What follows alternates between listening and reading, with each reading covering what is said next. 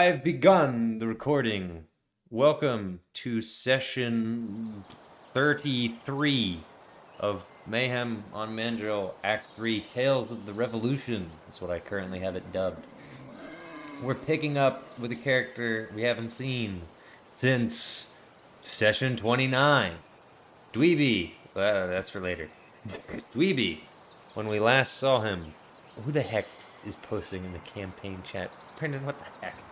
Nobody. Are you Stop gonna using the stream? voice chat as the text chat. Oh yeah, I don't have a stream up, do I? I'm silly man. Hold up. Little rat. What a mess. Let's start over. Oh wait, remember how? Nah, it's Yo, I can fine. just Run take that that. shit back. Yo, Blah, blah, yoink. blah, I have blah, those emojis now. we don't need to run anything back. Too lazy. All right. Last we left off, Ah, Dweeby's going through a mountain pass with Eddie and Crane and armor and as much gold as he could feasibly carry. And I'm pretty sure that you got all of it through a series of like intense finagling. Uh, yeah, I think so. basically, with loading up the armor with any gold that they could carry, like gauntlets, boots, anything, anything possible at all, and the giant gold nuggets being nestled, lodged into the breastplate. I'm sure that several times along the walk they dropped pieces of gold and you had to order them to pick them up. Which probably slowed you down a bit, but you arrive not where we are currently. I don't feel like pulling it up. At Namir, Friday afternoon, and we had discussed that you were going to attempt to hire someone to help you build a little settlement in the woods. Is that still the plan? Yes. All right, perfect. I'm going to need you to roll an investigation to take a look Shit, I around the gotta open town up of Dweebies. Namir. Yeah, I could open it for you as well. Uh, No, I got it this time. okay, Surely it lets me roll. hopefully. Okay, what investigation? Investigation. -1. When you arrive to the town of Namir, what do you see? A 1 minus 1. Zero. Zero. Upon arriving to the town of Namir and looking around, you're not only completely overwhelmed by the hustle and bustle of the once quiet town, but you have no recollection of it whatsoever. Not at all. Not sure if you've even been this far south. You don't know who anybody is. There's these weird cat people walking around. There's birds everywhere. You're gaining no valuable information.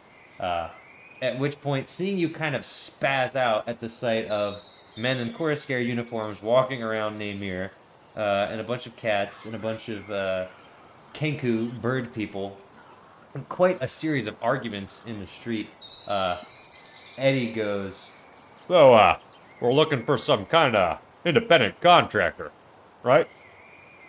Wait a minute. Yeah. Well, Oh, welcome back, Nick. yeah, we started the recording without you, because got bored. So, I was on the phone.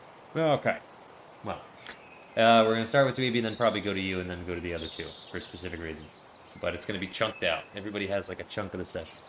So, all right. Eddie goes, So, how do I identify independent contractors? Yeah, that's kind of been what I've been mulling over, um, while not being distracted by the cats and birds. I don't actually think I even have. I should like pull up a map of Namir, but I don't freaking know where it is, and it's not on here. I just can't be bothered. So, I could probably pull up a PNG. Nah, I'll pull it up on another thing. Hold up. Just so that we have it, but I won't draw anything on it. Pull out paint. I was debating it, but if I have the map, there's like no reason to pull out paint. That would be terrible. Part 3. I think Namir was on here somewhere. At one point. Or I could just, of course, pull up the original Namir map, but it's kind of busted. We're gonna try this. I'm sure this has something.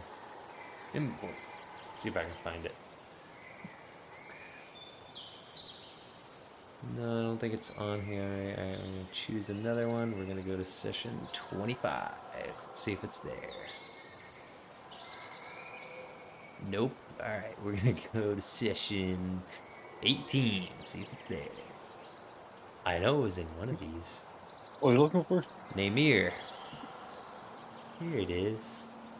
Yeah. Now I just gotta get rid of the grid and turn everything off.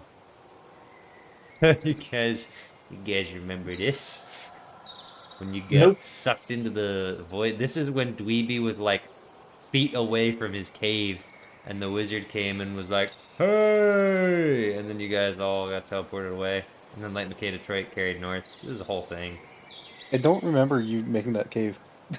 What? Well, Same. this isn't even a cave. This was like, man, what was this? This was the like weird teleporty nonsense when he made the portal and stuff. It was a whole thing. It was a lot. Anyway, I'm just gonna paint over it so it doesn't look completely busted. And then I'm still refused to put any people in the town of Namir. I'll just narrate what's happening. Oh, you know, it's perfect time for they. The they clump is finally gonna make another appearance. Finally. Boom. Okay. Boom. No, bigger. Boom. All right. So, you, your two armors, and Eddie and Crane make your way into the town and quickly piling onto the main road and shuffling off. There's quite a lot of activity. I'm just going to delete everybody here. There are a number of Kuroscare guards in the uniforms with the green and the silver helmets and the pikes. Many of them seem to be busy. Shopkeepers are running shops, talking to some of the guards. There's a lot more people here than usual. A number of commoners, refugees, it appears. And in addition to the normal market, an entirely new segment has cropped up of temporary shelters, houses, all off the main road, dotting behind buildings, some different shops, whole different segments of markets with Wainwrights, Smiths, and it's all very much a crowded mess. As a result, oh, did I put that on? I think, yeah. As a result of all the increased traffic, most of the grass that once, kept this pristine town is now just turned into dirt with people kind of walking wherever the heck they want. It's a bit of a mess. You're not sure who to talk to amidst all the hubbub, but maybe there would be someone in the markets, which of course you didn't put together because you're overwhelmed. But Crane says, "Why don't we check the markets? I'm sure there's some businessmen there." Well, in the wisdom of my late father, I think it's important that we start where the real people go. And I go to the bar. Okay, that's kind of heroic. Are you gonna leave your stuff on the ground with the armor guarding it? No, they're coming with. Okay, so all of your stuff, everything is coming with you into the bar. Everything's going to the bar. That's actually heroic. All right, whoosh. You enter the bar. Oh wow, look at all the old furniture. Oh look, it's so crusty and gross. Amazing. I'm gonna remake fine the to me. chairs. Nah, the chairs were huge. Look at the tables look fine, but the stools are supposed to be like this, you know? Like the common man. All right, so you enter the bar. You know what's funny? I totally don't Is there an remember. open table? There's almost certainly, well, actually, probably not. You probably have a room at the bar itself, but no table reserved. It is extremely busy. Kobolds are speaking high-pitched Draconic in the kitchen, and there is, in fact, a bard playing in the background. I'll just pull some of this up here. Yeah, Michael Guffey, give me crowded tavern ambience. So, no open tables, open stools, scattered. Various patrons, many of which are human. There's an entire table. I guess I'll have to put the guys down here. Entire table of guards from Coruscare who are all drinking and laughing uproariously. This is a comedically big table. Who made this? You know, this is back when everybody Could've was been anyone. one thingy. I'm just getting rid of the tables and making them smaller. You know, You I get put a them on the table, furniture layer. please. Put them on the furniture layer. They're dead. I feel like a table should be like this and not be labeled table. You know? It's like one of these, you know. Boom, boom, The L tables. boom. Yeah, but like, I don't even like this. You know what? I'm redesigning the whole bar. The whole bar is Do it changed. later. No, I'm doing it now. The bar sucks. Due to the mass increase of people, the bar has been drastically changed.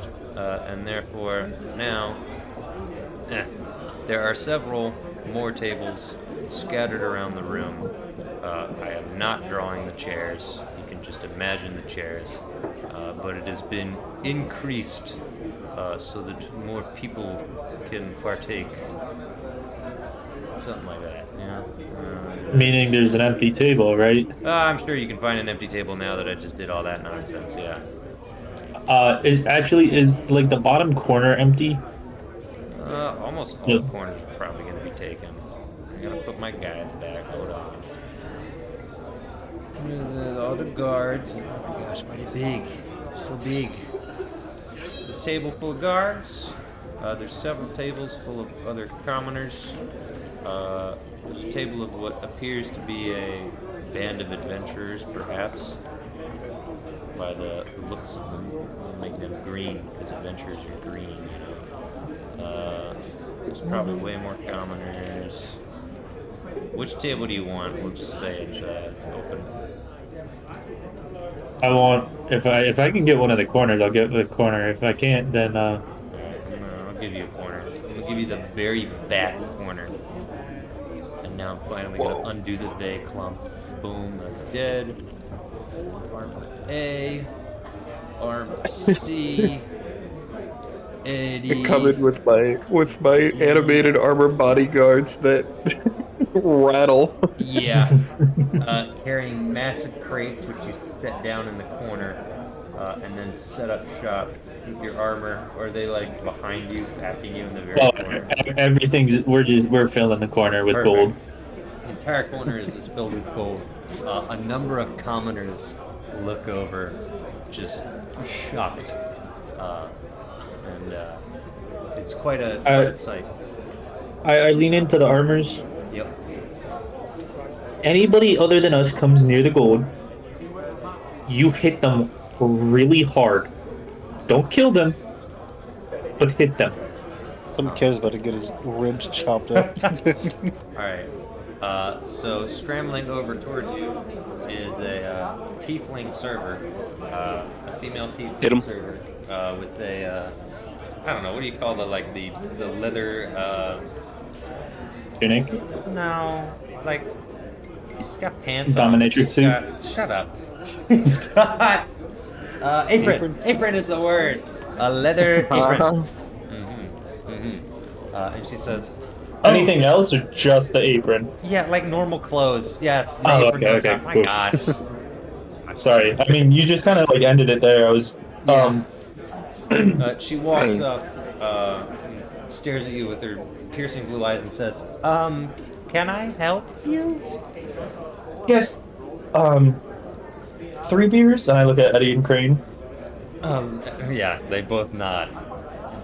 Okay. Yeah, three beers, and then just bring out a pitcher while you're at it. Okay. And then, if you don't mind, we are trying to settle somewhere nearby, and we've been looking desperately for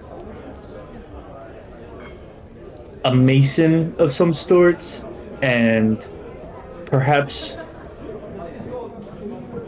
loggers or handymen to help us settle well, down. there's been quite a few men coming in and out doing work around the town. A lot of people are trying to settle here. Others have been transporting lumber north. I'm sure you could find some of them. I mean, like those gentlemen over there. You see just a crew of rough and tumble guys. Some half-orcs, some built humans, the odd lizard folk. All in their dusty garb, clearly working men. Thank you. And I flicker a gold coin. Oh my that's a lot of money. But thank you. Let me get your beers. one last thing. Yeah. Nope, one last thing. Uh, Uh, would you mind their next round on me? And I'll flicker another gold coin. all of them? All of them. Yes, sir. Alright. She walks back. A few minutes pass. She returns quickly with 3 beers and a pitcher. And then she says, I'll be right back. Do you want me to let them know that you paid for their... Yes, please. Okay, yeah, sure. Alright. You're gonna get robbed. She heads over and talks to Well, the the good news is they don't know I have explosives. She struggles to get their attention for a little bit, and then after a time, you can see her calling some of them up, and then they go, "Hey!" And then one of the lizard folks looked at you and like pats his chest on his arm, and then holds his finger up, like here's to you, chief. And then they applaud you rowdily. The group of adventurers looks over, concerned and curious, and then looks back, trying to figure out what's going on. And then they see you in the corner, and you can see that they're all whispering amongst themselves. I pull out my gun. I think those guys are builders. I think we could probably hire them. for their Yes, labor. you guys stay here. Let me do the talking. Yes, I sir. walk over. All right.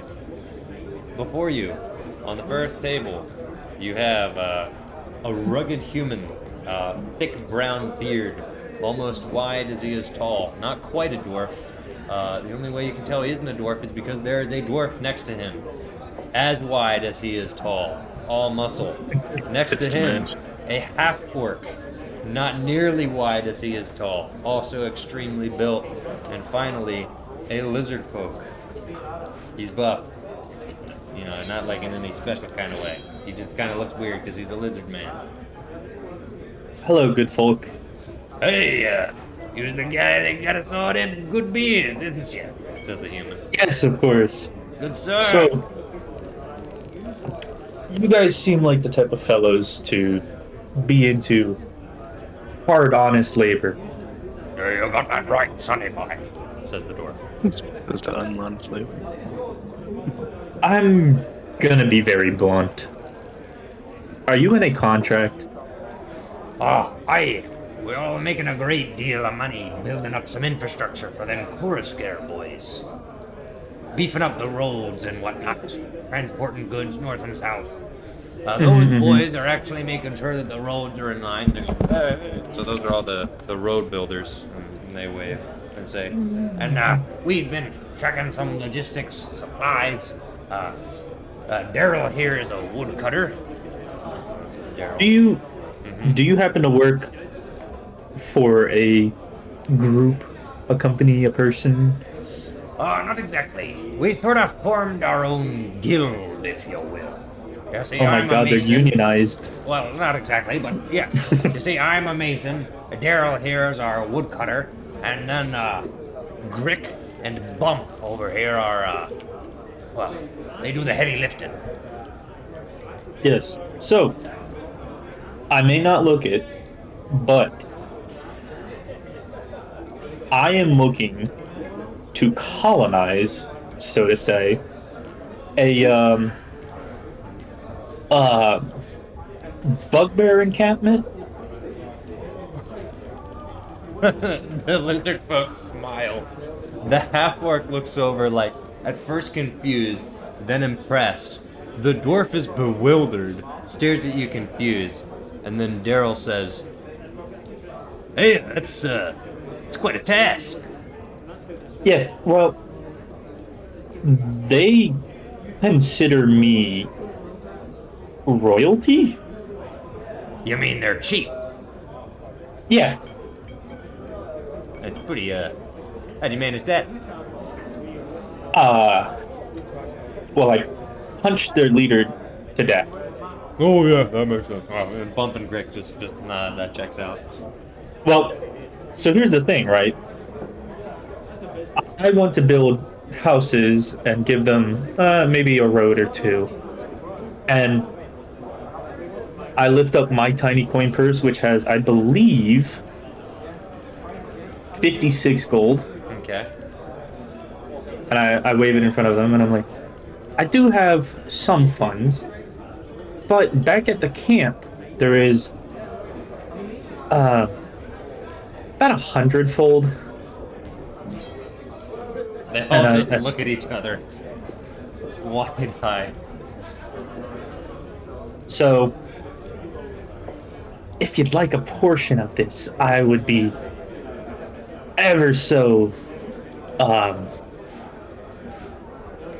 indebted to you if you would help me. How much exactly do you reckon?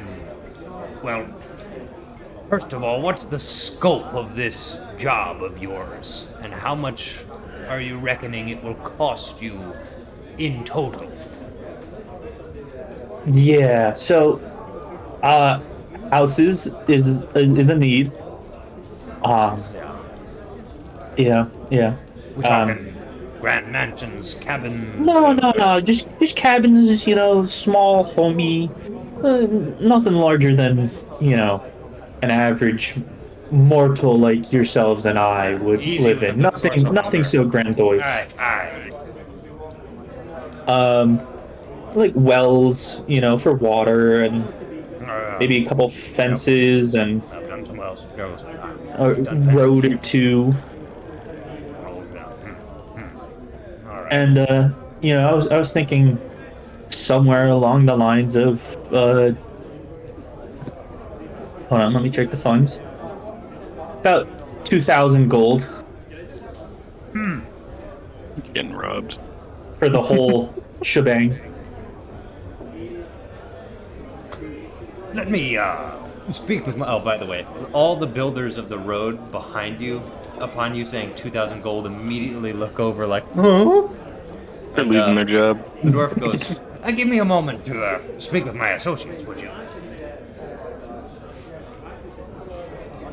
Yes, please. All right. Don't mind me. They all huddle up behind you and around the table and kind of start whispering.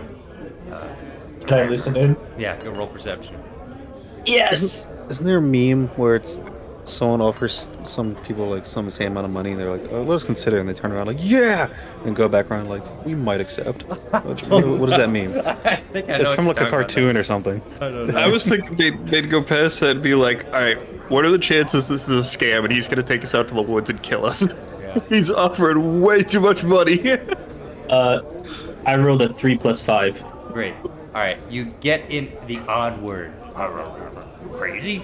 Nah. Rich? Same thing. Money? Safety? Timetables? All right.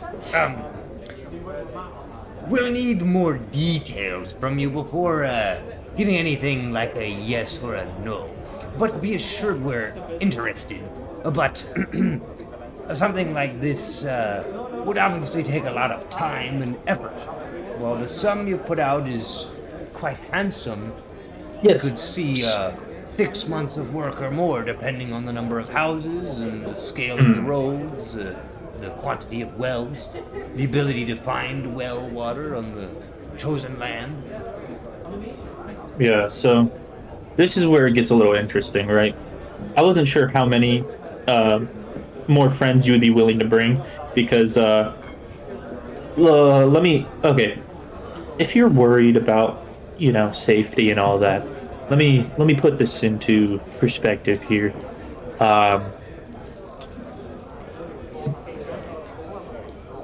Do you know how Sarah? Yeah. Yeah, I know them. Isn't that where Crane and Eddie are from? No. They're Goliaths. Where are Crane and Eddie from? They're from the mountains where Grounder was. No, what? They're from an army. No. No? No. Oh, shit. Too late. Well, you gotta commit You already now. dug this grave. Yeah. Oh, okay. Oh. Well, a handful of their soldiers are awaiting some sort of housing, which is what I'm trying to provide. Um, where is the forest full of bugbears? It is like literally a few miles west of here. Yeah, okay, well. And the location is just down the road, about 10 miles west. Yeah, that's probably about right. So, Is this north It of the is- river or on the river? do I know? Yeah, you would want to settle on the river about 10 miles north, 10 miles west of Namir. Right about on the river, if possible. Huh. And again, this is not something small, and I understand that, which is why I'm truly trying to give you such a sum that you could invite other professionals of your fields. Can I talk with my associates again? Oh, absolutely. Can I listen in again? Yes. Can I roll again? Yes. Or have to suffer? Now you can roll again. But if you roll poorly, I'm gonna do the same thing, and it's gonna be funny. Oh my god. I 23. found what I was looking for. Yeah. 23. Where is it? Is it in campaign chat? Yeah, I just posted it.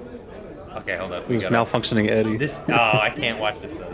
So like, get it. Well, I'll watch it later. Futurama. It's funny. Okay. So they begin talking. And Grit goes, Well, here's the thing. What? Are we allowed to live there? What if we just... That'd be pretty great. There's good hunting there. Bugbear tastes good. You can't eat the bugbear. Yeah, they're not gonna be happy about it. You can't eat the bugbear. But there's bears there. There's other things to hunt. It's away from the prying eyes. We can get out of all this political nonsense. We'll be making money, and we just gotta ask him. Maybe. What about this? What if we ask if we could just, if he's building a whole town, we just live there away. We're frontiersmen. We can do anything we want. We'll just be away from all the politics. Do this. We can work for a nominal fee. Just leave all of this behind. It'll be perfect. is it possible that, say, during the building of these houses, that we would be able to build our own residences and join you in these peaceful woods?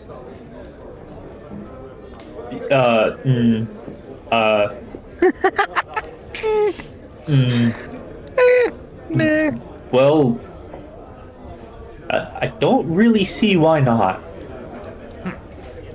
Okay. Here's what I'm thinking. Would work. What I will say before you Yes. go all in though is the forest is still run by the bugbears. They are like it's going to be a town mostly of bugbears and then some soldiers and you know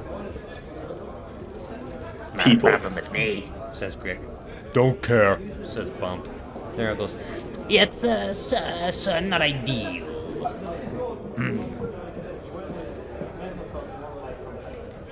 Here's what I'll propose.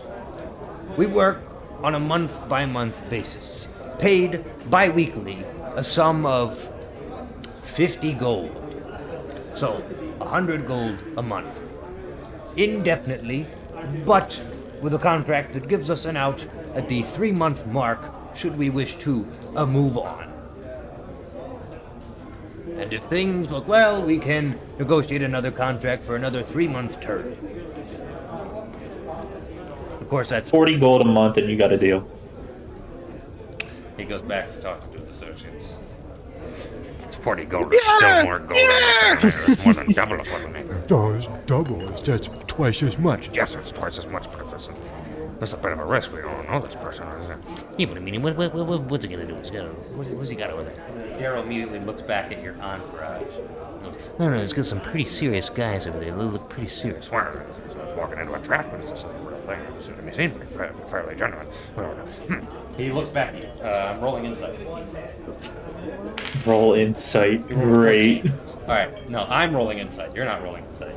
The dwarf I- look at you and roll insight. That's fine. Alright, great. You're not trying to deceive him, right? No. Alright, great. The dwarf goes. I'm pretty sure he's serious, and he just has a crap ton of money in order. 40 gold a store. I don't know. Well, if it changes your mind, I'm willing to give you guys a down payment, so to speak. Pull out 40 gold. They all stare at it. Bump I do not put it on the table. Oh, okay, all right, good. Okay, No, it's in my hand. okay, all right. Bump looks like he wants to go for it, but 40 just gold keeps, in your he hand? just keeps looking back at the dwarf. Well, I really do appreciate some hardworking individuals, which is why I am willing to leave this in you guys' hands. But how about this? I'll give you half of this now, and then when you show up to the Bugbear encampment, which I will let them know that you guys are coming, and I will likely be there. So 20 gold Show for up. doing nothing, and if we show up, we get 20 more. No, you'll get 60 more, Oh? and then 40 every other week after that. So how much gold do we get now? You're getting 20 now, 60 when you show up and start working, 61. and then 40 every payment afterwards. So essentially, we're being paid for the first 2 months. Yep, for the first month. Well, yes. Right, yes. When it comes to gold, I'm smart. Trust me. There's a guy giving these guys like a lifetime worth of money for doing nothing. Greg speaks up and says, I'll work for 30 if I get a house. You're gonna make that what? Can I get a house and work for 40? No. 30 and you get the house. Oh, okay. Benel just immediately looks over at Greg. It's like, You always gotta. Whatever. I'm in. alright, Bump goes, yeah, I'm in too. You're undermining our 30 collective house. bargaining power. Talk the price up! Benel immediately goes, No, hold on.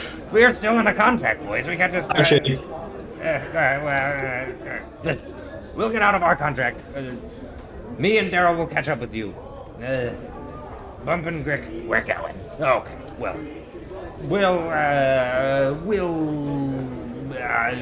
I'll be back. alright, and then him and Daryl leave. Greg, would you like to meet the guys with me? Sure. Yeah. Lead them over to Ed and here. Hey, how's it going? You guys, general contractors we talked about? Something like that. I work with my hands good. I too work pretty good with my hands. I prefer to be above all of this drivel. I look forward to this being done. I want to get back to killing. I do some killing. Ooh, how nice. I kill, but only when I gotta. You know? Yeah. Yeah, I know, big guy. Yeah. Alright, they have each adopted their respective person. Great. I'm, Eddie. Bump. Nice to meet you, Bump. And I'm Frank. Grick. Nice to meet you, Grick. Now that we're acquainted and we've essentially made a deal, how about we get to those bugbears, yeah? Yeah. Sounds good to me. Alright. And then I am going to come up the rear as everybody else leaves. That way I can watch if they try, or if somebody tries to steal from my armors. Got it. Alright, I waved to Jess. yep. As you're leaving with your armors, one of the adventurers gets up, a blonde-haired male in plate armor. He says, I say, good sir, spare a moment of time. I give him the nastiest look. Okay. he's actually a speck of dirt on my clothes. Clean shaven, 35-ish-year-old dude in very nice white and gold plate with a blue cape. Would you like to roll intimidation? Or it's not gonna be great. 6. Okay. He's a little off put, but it doesn't stop him. Could you spare a moment? You have 30 seconds. Well, excellent. I can't help but Starting now. notice that you are a particularly well-endowed individual in terms of resources and finances, and was wondering Yes, if you women would tell me be that all willing the to time. sponsor an adventuring party No. like our own. And I leave. No, but good Wait, no. wait. Alright, No one calls me well endowed and gets away with it. he follows you and says, I'm sure you know the state of things in our good country of Mandril is a dire thing, and we're looking to rectify the situation, but seem to find ourselves short on cash. We are the most effective fighting group the continent has ever seen. Island, whatever this place is. Pulse. Yeah, he hasn't seen Roger Griff yet. Mr. Beggar, how much do you want? Well, you see, 50 to 100 gold would simply suffice. We'd be able to buy No. equipment and 25, No. 10, No. 6. 5. I look him deep in the eyes. Can I make an insight check as to what he actually wants the money for? yeah. 12. He might be telling the truth, but you don't know anything about this guy, and he's just asking you for money. It's kind of sus. So, I mean, he could be genuine, but it's not obvious whether it is. I'm gonna turn around because he made the 5. Okay, I'm gonna turn around. I'm gonna look him in the eyes one more time. This is the last time I'm ever looking in his beady little eyes. Yeah. You Listen. little insect eyes. Arm wrestle me for it. For 5 gold. He's gonna die. Yep. Very well. Alright, he shoves one of the booze over and you begin arm wrestling just because. Is everything alright? Everything's fine, Chess. Thank you. Okay, roll athletics. This will be miserable if he fails. So funny. Don't fuck me now, dude. What the hell? A 9. You should rage for advantage. A 2 plus. Good! Rage for advantage is a reaction! Do it! Do it! 23. Oh, that's huge! It looked like you were about to lose. This guy was edging you out just barely. And the thought of this smarmy brat winning you over just sent you over the edge, and boom! You just smack his arm to the table, and the metal plate of his gauntlet dings. And he goes, Good sir, you've dented my armor. I'm gonna hold his arm there and then reach my hand out and say, the 5 gold we agreed upon, right? Well, it wasn't a bet. You said I had to arm wrestle you to obtain the gold. Well, what did you think you were wagering? Nothing. I thought it was some test or challenge. I also thought I would win. Yes, we all think that. I press his arm harder into the fucking table. Alright, another adventurer walks over. He's just a Some kid. generic-looking elven ranger who goes, No, please, here, there's 5 gold. Yes, here, just take it, I take it and I leave as fast as I can. You rube. That's the best he came up with? That's the best you came up with. No wonder I'm he adding lost. 5 gold to my wallet. Yep. Suckers. Alright. You walk out back into the town, and Grick and Bump have joined you. Daryl and Bennell meet you on the road after the little encounter and stop. And Daryl says, Hey, I think we're ready. We just need you to sign this contract here that makes everything all ready to go. Can I look over the armors and Eddie's and Crane and just triple check that they're not missing Yep. anything? Go ahead. You do a little inspection. It appears that they all seem to be intact. You came up with a system for wedging the raw gold into the breastplate so it doesn't fall out, and all the coins are safely jingling in their boots and in all of your packs and crates, which Eddie and Crane are still carrying, and the armors have one as well. Perfect. Yeah, I'll read over the thing. Okay, you do still have all of the Can I gold read? on you, right? Yeah, I've got 4,000 gold on me. Okay, cool. Can you read? That's definitely going to be a no. Okay. I'm going to very, very much pretend to read it. Okay. Great. And then I'm going to say, yes. So I will have my secretary look through this once we get back to camp. Yeah, got it. Yep, of course. And then any adjustments or any changes that they decide to make will be made. And then we'll sign it. And then you'll have the final say in whether or not you agree to it. Got it? Great, sure. Perfect.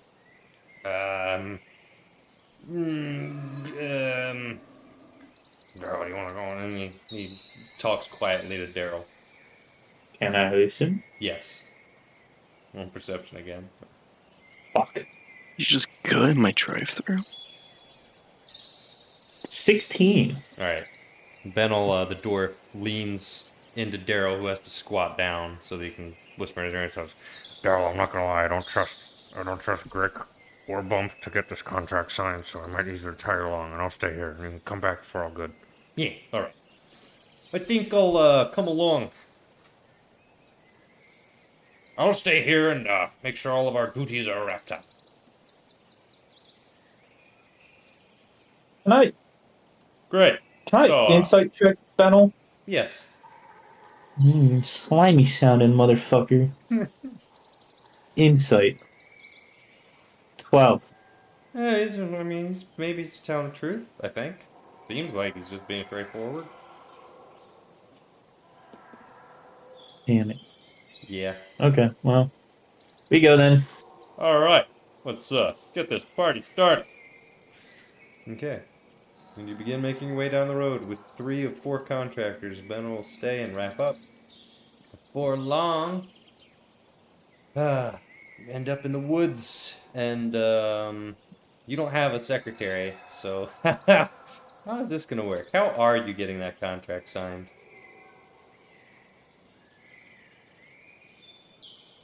So, as we're walking, Mm-hmm. if I see that the contractors kind of back up a little bit, I'm gonna lean into Eddie and whisper, Mm-hmm. "You read?" Yeah, of course. It's one of my top 12 skills. Is he lying? Are you lying? No. Insight? It's making you run for it. God damn it! What did you get? A 5! He can read. I believe him. Okay. I can't read. Can I write? No. Maybe your name. Oh yeah, we've been over this. I couldn't even write my name. Yeah. You're not an You tried to make me educated sign a contract, and I couldn't write my man. I name. did. Oh It shit! came up before. It's a specific problem.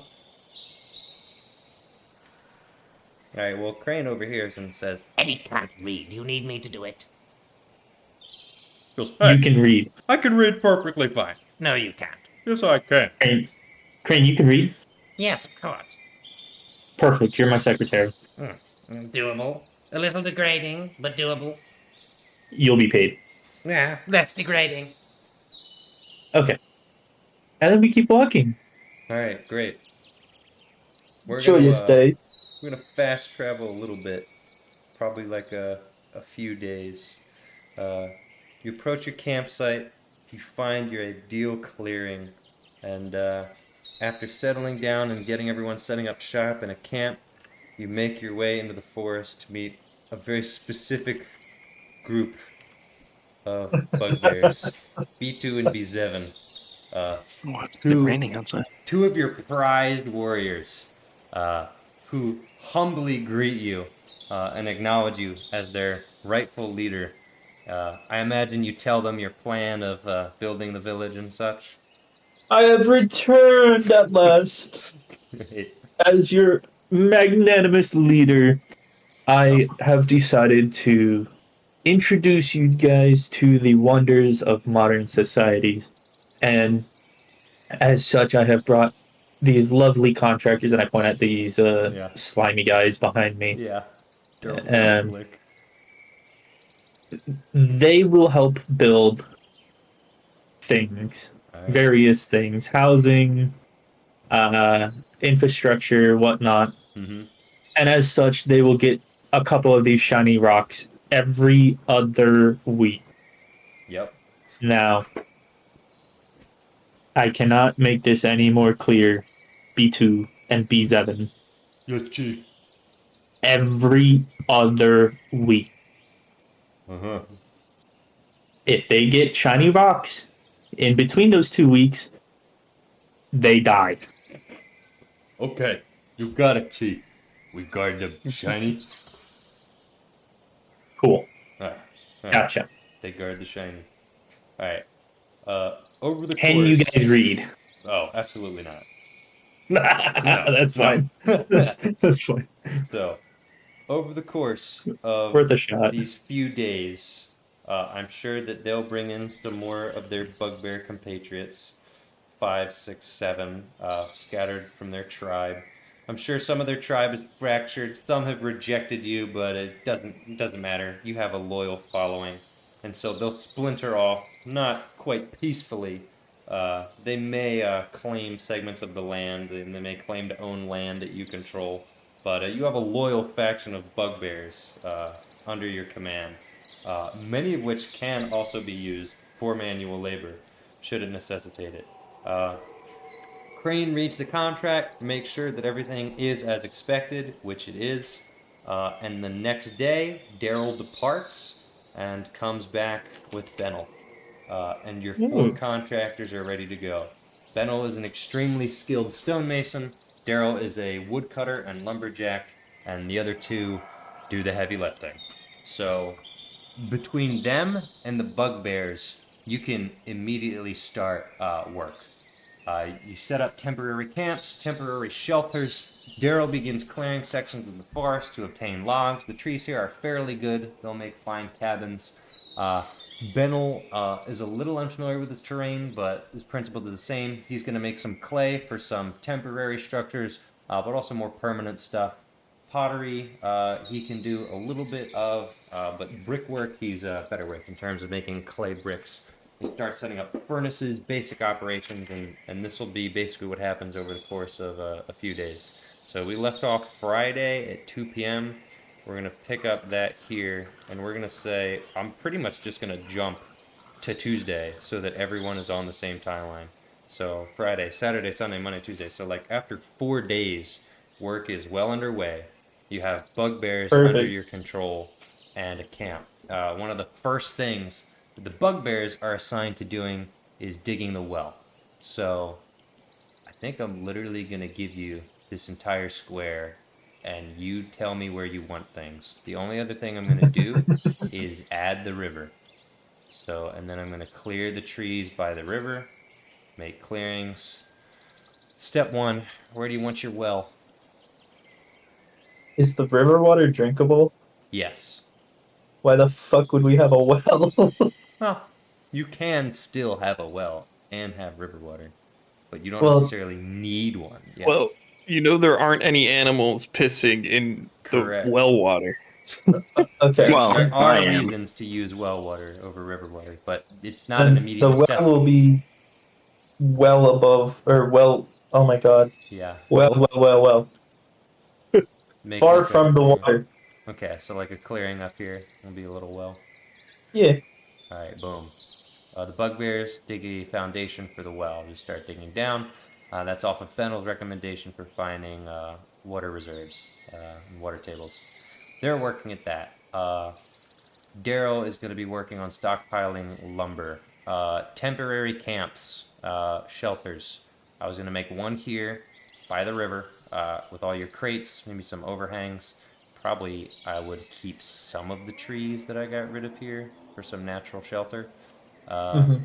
And then they're gonna set up a temporary shelter as well, which I was just gonna put here, I something think like that. if possible, I Hmm. would have like 2 rows of houses that go from the river to the well. Yep. Okay. That way, there's like a nice walkway from the river to the well, Mm-hmm. and then Mm-hmm. it also leads to all the houses and whatnot. All right. So we're gonna start. I'm actually just gonna do this with a basic path, something like this, basically. Yep, And and then we're then gonna start houses on laying either out end. foundations. And I'm just gonna do like 3 by 3.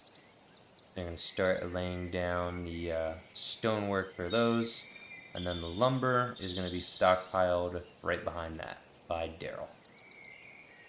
All right. So after several days, you are well under your way to making several log cabins. Since the project is fairly simple, uh, Benel is sort of debating what foundations to use. Um, you have 2 options.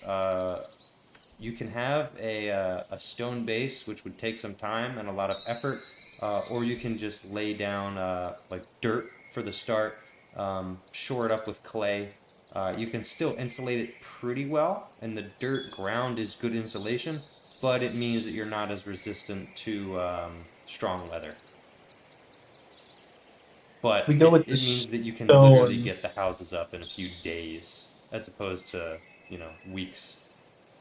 We go with the stone because we Okay, have the extra manual labor to move the rocks. you do. In which And case, Benel's just going to start by digging the foundations with them, and then we'll fill it in with stone. And that's how it'll while work. I'm not helping around, I would Hmm. probably like run around the forest and recruit. Recruit bugbears and such. Yes, yes. Perfect. What I'm going to do then is I'm going to steal a map real quick, because now we get into the section I've been waiting for. Oh, And he's you know gonna kill what? me. This could be, technically, this could be very interesting. Who would you take with you on your scouting missions? Uh, fuck. B7, B2? B2? Yeah, B2 and B7? Yeah, I'll take both. Okay. Eddie and Crane, are you having them do work or logistics or what? Uh, the armor's only job is to watch the Watch the monies. stuff. Yep. Eddie and Crane can help. Okay, cool. So they're doing logistics, which means while back in the woods, B7 and B2 can navigate you through sections, attempting to recruit bugbears, and so on. Alright. As you're walking through the forest one day on this glorious Tuesday afternoon, dodging a number of the trees speckled around and making your way through the extremely dense forest, uh, you hear a sound of some heavy stomping. I continue cautiously. Okay. Would you like to roll stealth? Is there a point? Only I'll, if you are going into danger mode, but you hear heavy, heavy, heavy footsteps ahead. yeah, I rolled an 8, so we'll pretend that I didn't roll at Okay, all. got it. Continuing forward, the footsteps become clearer and louder until eventually you hear voices, although they're speaking in a language you may not understand. Do you speak giant? Nope. All right. 2 voices speak in a language you don't understand. Incomprehensible garbage. And the footsteps grow louder and louder. What would you like to do? Uh, well, I'll start backtracking, but I asked B2 and B7 if they speak giant They or if they immediately understand. shake their heads no, and they Hmm. immediately backtrack and whisper. Oh, there's not good. All right. They said ogres? They said ogres. All right. They attempt to lead you into a patch of tighter woods where they can conceal themselves. Are you following? Yeah. Okay.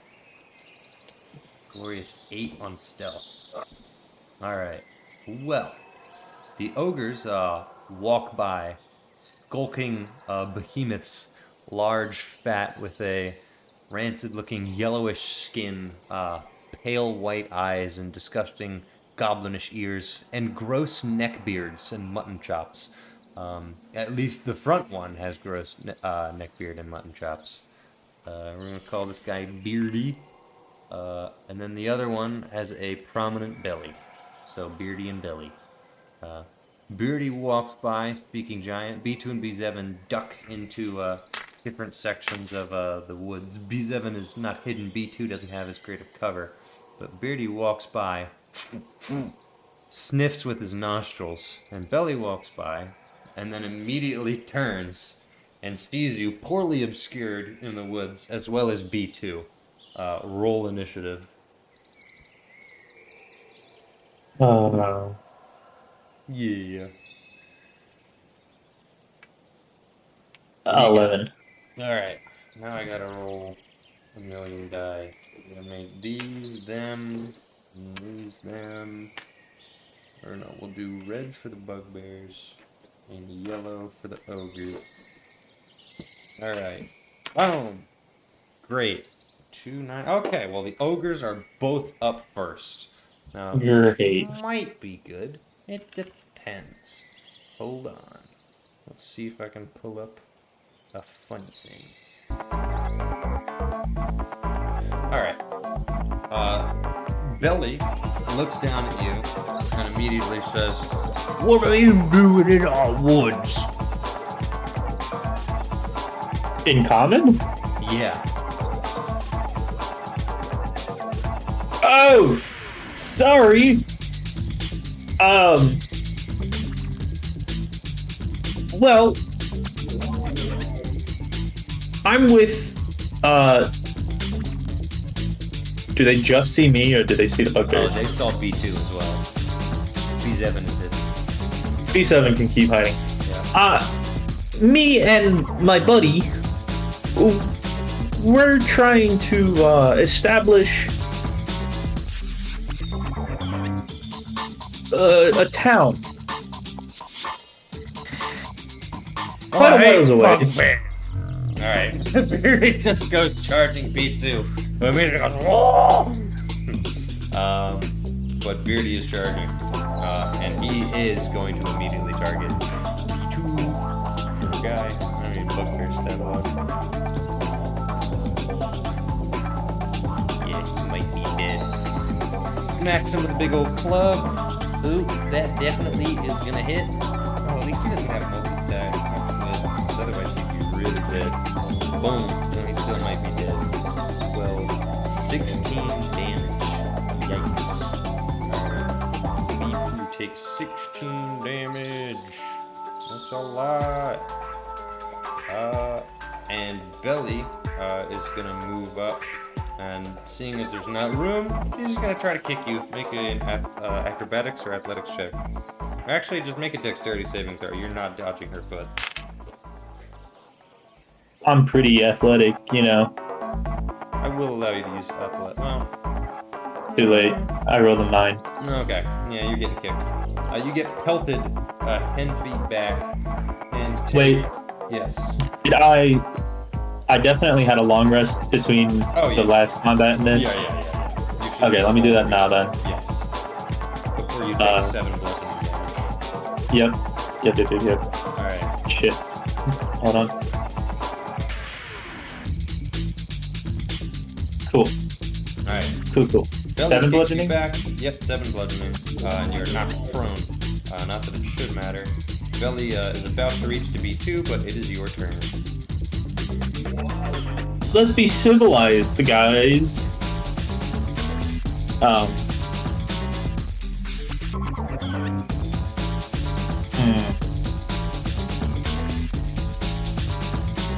Roll persuasion. I'll allow it. With a -3, Yeah. a 2. Okay. Beardy goes, "No! Eat bugbear!"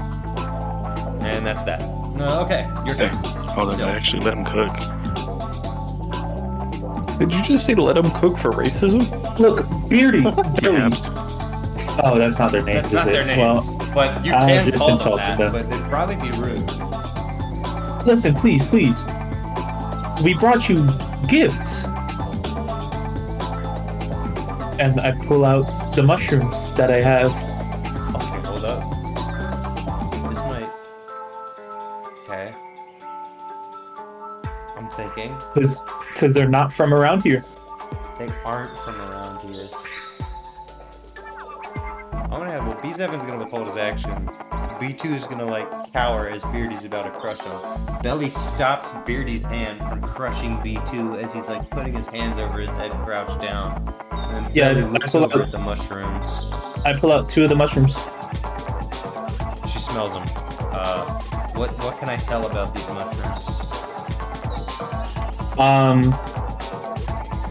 I don't know, you just told me they were practically instantly deadless. Or Deadless. What? you told me that if you eat one, it's Super- practically instant death. The super poisonous ones. Oh yeah. Yeah, I do remember you. Did I tell you if they smell or are they like not identifiable? I don't think you told me anything. You just told me that I knew they were deadly. I think I did, which means I think it's not immediately obvious. And they're from like the Underdark, aren't they? Is that where you got them? Yep. I'll pull out another one and I'll say, here, 1 for each of you and 1 for me. Never Please. mushroom. They're too small. This one's a delicacy. You chew it up and you'll taste it for hours. I promise. It'll be delicious. You eat first. I will. What? I will. I have resistance to poison. Okay. That's bold. I have resistance to poison. It's half damage. It does 400 necrotic damage. Con save.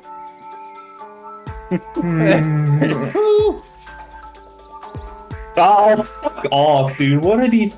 Dude, I've been getting cucked all fucking night. An 8. A natural 1. It was a natural 1. Plus 7. An 8. Yeah. It's a They should natural have 1. said 8. Okay. It's a natural 1.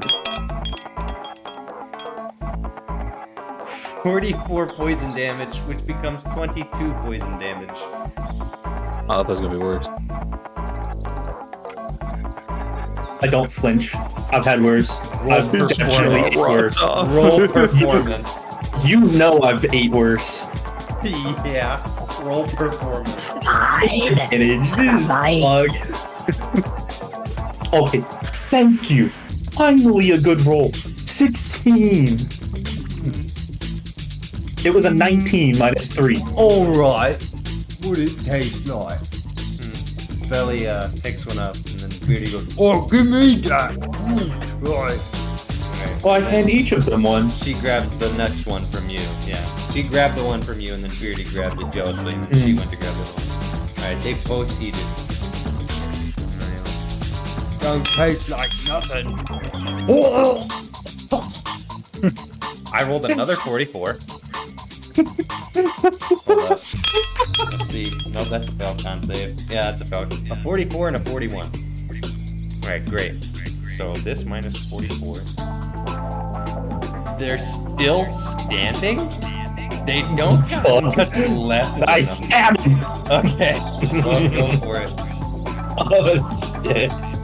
Wait, no. Do I have my... Okay, is it just my turn? Yeah, I'll allow it because they've spent their turn eating the mushrooms. Okay. Which one I'll roll for B2 as well. B7 I would gets like- sneak attack. Well, actually, it's called surprise attack. First off, I'm gonna rage. Okay, heroic. Frenzied. It's 10. 10 damage. And then 6. That's 19 damage. Plus the 24 hit. Yeah. Don't worry though. B7 just sneak attack Belly, crushed her in the head, and she instantly died. She did 21 damage because he sneak attacked her. So, Then you're gonna want to go for Beardy. I'm hitting Beardy with 12 damage. Alright.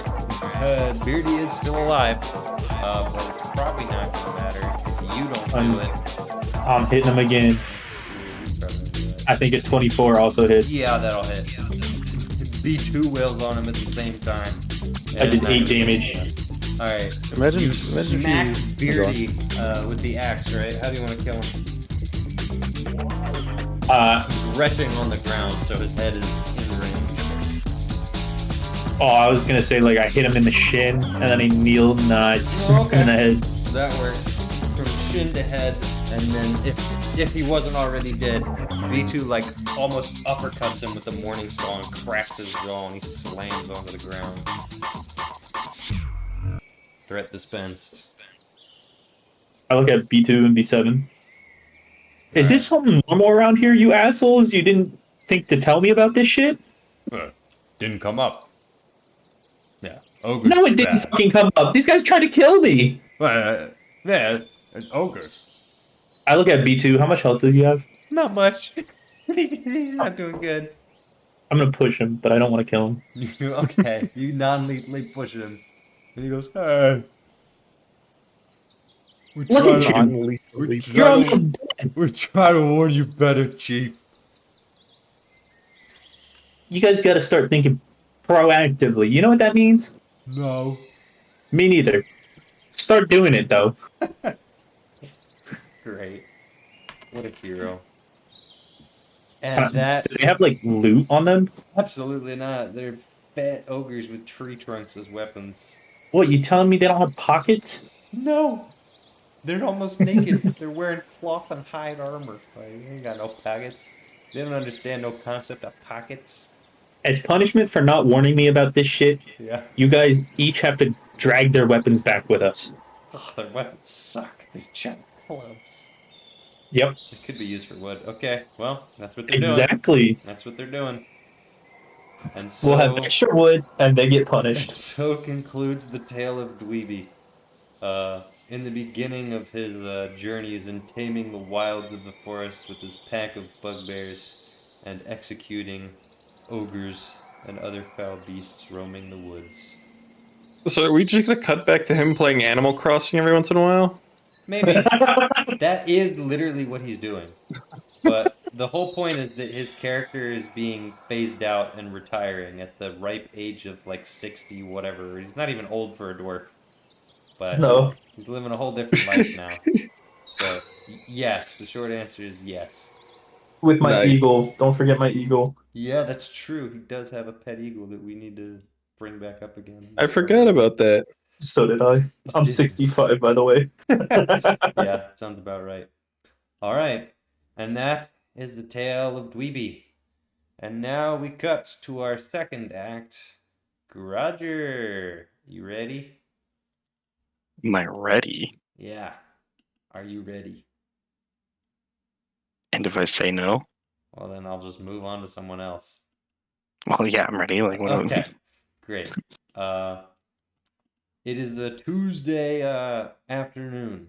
It has been several days after your interaction, your storytelling with Xerxes, and the night before your fight with the cultists.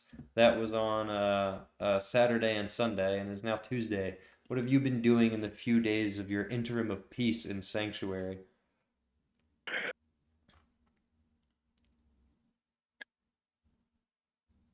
I've been writing You've been writing in your journal? about I'm a good man. Who's your good man? He sacrificed his life for us. He's a hero. Valder? What? Boulder? Who? He means Ted. Okay. Legend. That is a legend. Who even is Boulder? Like, Anything else? no. Okay, so just writing and keeping to yourself. Cool. Would you stay in your room most of the time? Sure. Okay.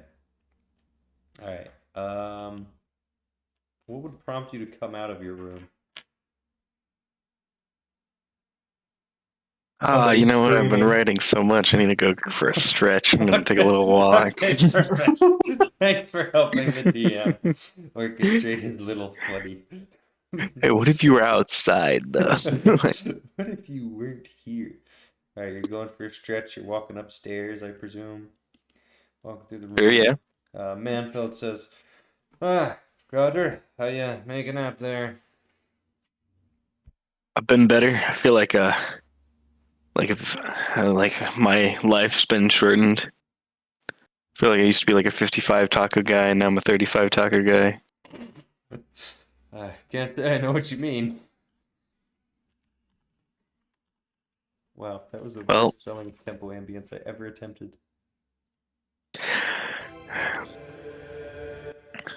you gotta. Sometimes you just gotta go admire nature. So I'm gonna go do that. Would you like someone to accompany you? Yeah, I mean, sure. I suppose I could join you. I'm Mostly gonna be like tied up walking on outside, business. Very well. staring at things. Very well indeed. Alright. So, going for a walk. Anywhere in particular you want to go? Seeing the town?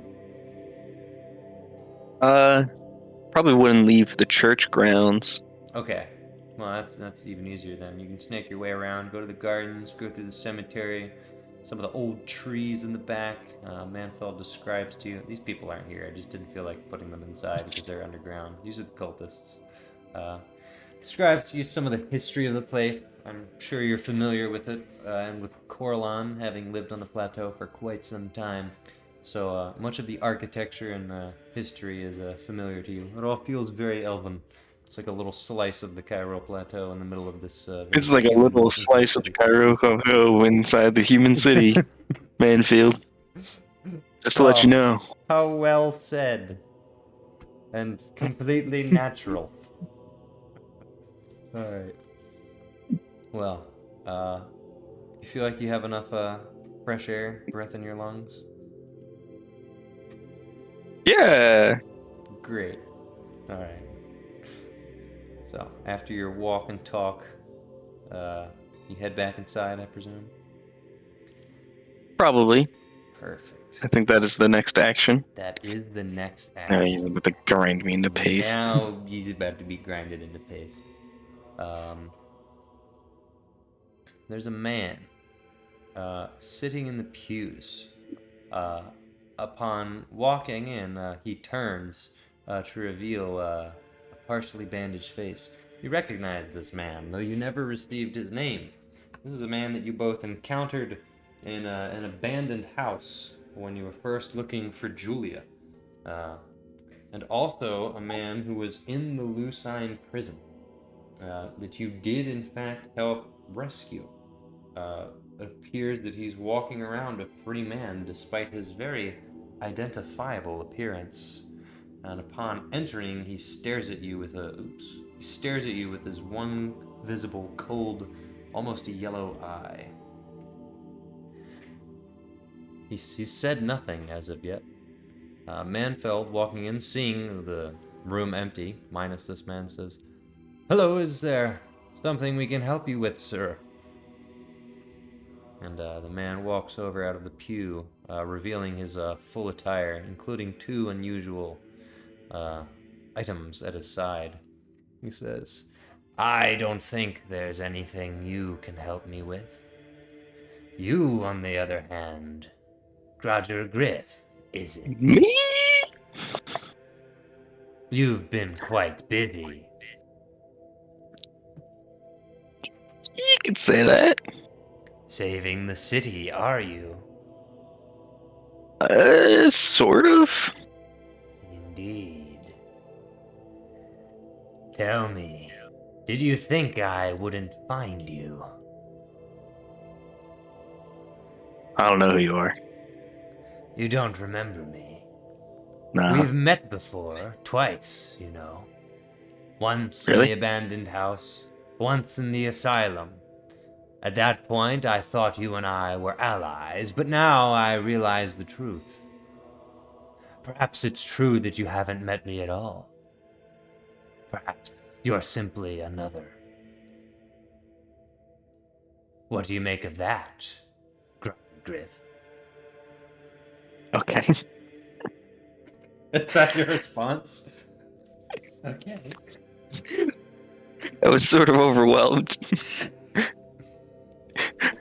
I'm trying to finish leveling myself up to level 8. Just hit me with that out of nowhere. You're not even done? No, I don't know what feat I want. They're hard, alright? Well, now you gotta finish, because if you're doing a ability score improvement, I gotta change his abilities, because he's your mirror image. It's the whole point. Are you not done? You had like a whole week to level him up. Well, I sort of forgot. Until like an hour ago, and then I'm reading the feats. It takes forever. Are you ready? And you went, yeah. Now you don't have him ready.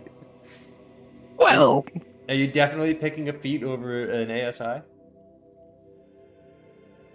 excuse me? Are you picking a feat over an ability score improvement? Yo, look at this guy. Look at this freaking new ASI. Whoa. What? Yeah, definitely. Okay.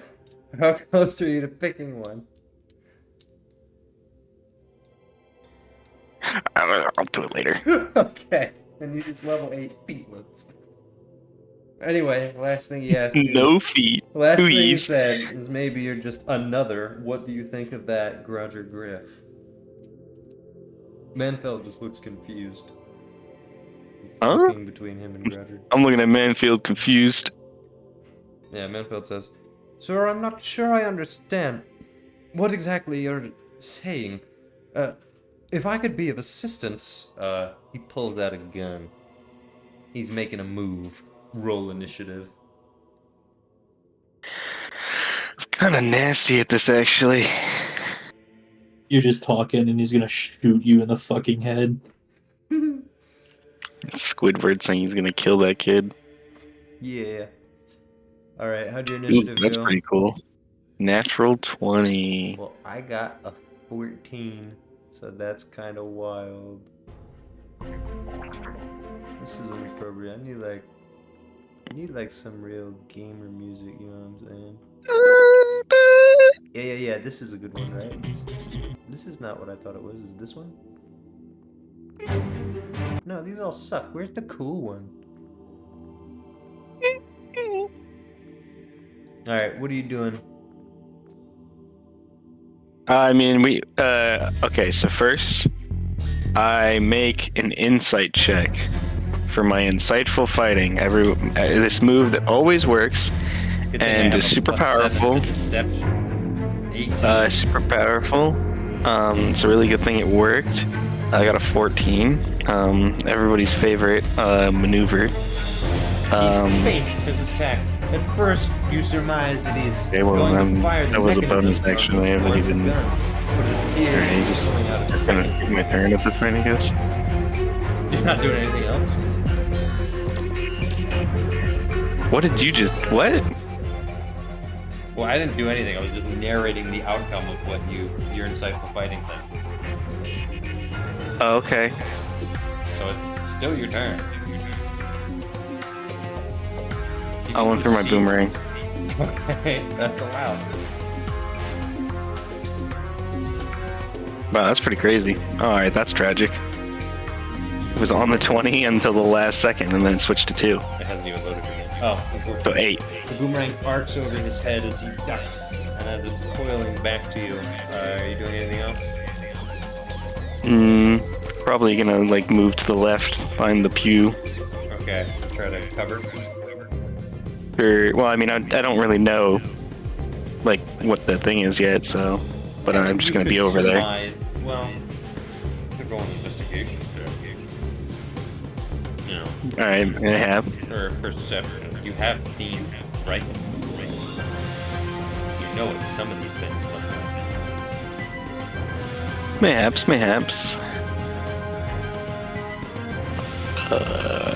How does a 16 do? Fairly certain that that's a smaller version of what Todd used, which Okay. means danger. Okay. Well, I'll go to the pew behind thing. Okay, you're just gonna duck behind the view. Sure. All right. You know what I'm gonna do.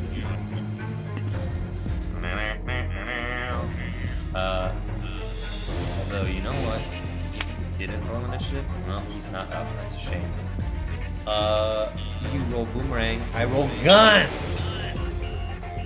I rolled a 12. The bullet flies into the stone pew beside you, kicking up the dust and spraying into your face, but it does not hit. However, can I pull an offhand attack? Is it allowed? Light melee? No. In which case, he primes his other pistol, but not before ducking behind the pew himself. So actually, move 5 feet. I'm gonna bonus action dash and then duck behind the pew. Alright. Manfeld's turn. Manfeld is shocked at the sound of the bullet reverberating through the cathedral, extremely loud, and is going to run over through the door to get the bishop. It is you and this masked man in the empty cathedral building. You're up. Alright.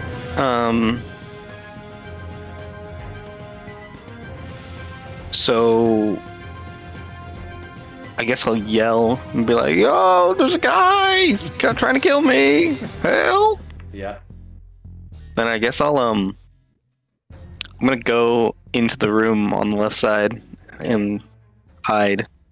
Okay. There is a dresser that you could try to hide in. You doing that? Sure. Alright. Ooh. Brilliant. Okay.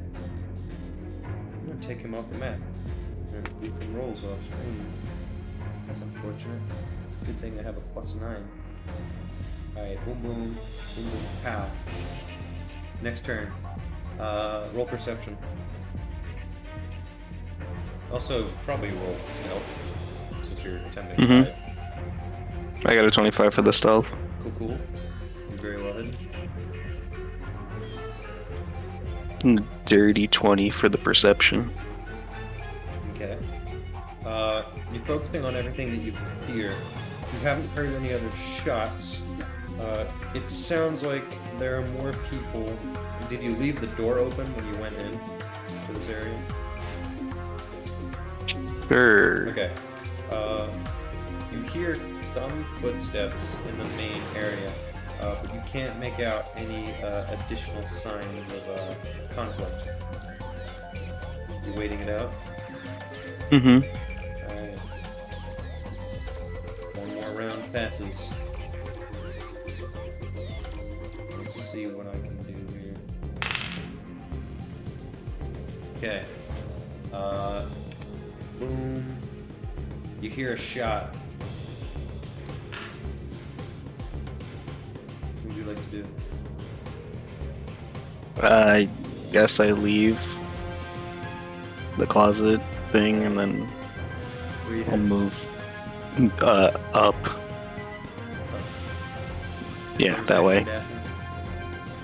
Mm, sure. Okay. You get you pretty much right in front of the door while still being closed. Cool. It's gonna be me again.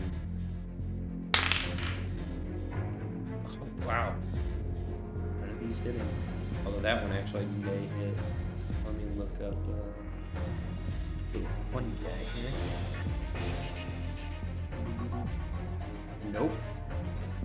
Wow, that's hilarious. Another shot rings out, this one much closer. It's difficult to figure out where it's coming from due to the fact that it is echoing throughout the entire cathedral. This is crazy. I am rolling terrible on both sides. Yeah, alright, I'm gonna say it's your turn again. Okay, I'm gonna ready my short bow, I guess, and then I'm gonna move into the doorway. Okay, into the doorway. Got it. You're trying to see what you can see? Sure. Alright, the bishop and Sylar are both looking up into the stone rafters. There are a series of pillars lining the walls that are not easy to climb by the looks of it. And at the top of the archways, there aren't really many places to stand, but this guy has managed to climb his way onto this ledge and is shuffling his way across. A scorch mark appears to be lining a piece of the stonework where the bishop attempted to do something. Perhaps cast of guiding bolt, as you saw him cast that earlier.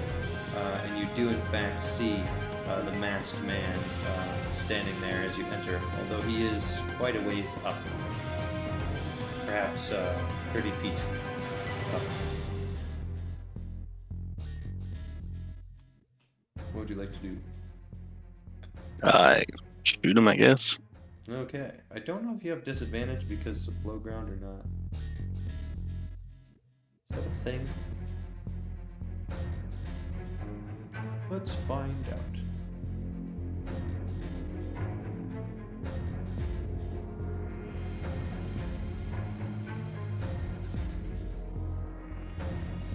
In the hands of the DM. I'm giving you disadvantage because of low ground. I'm putting high ground rules into play. I like them a lot.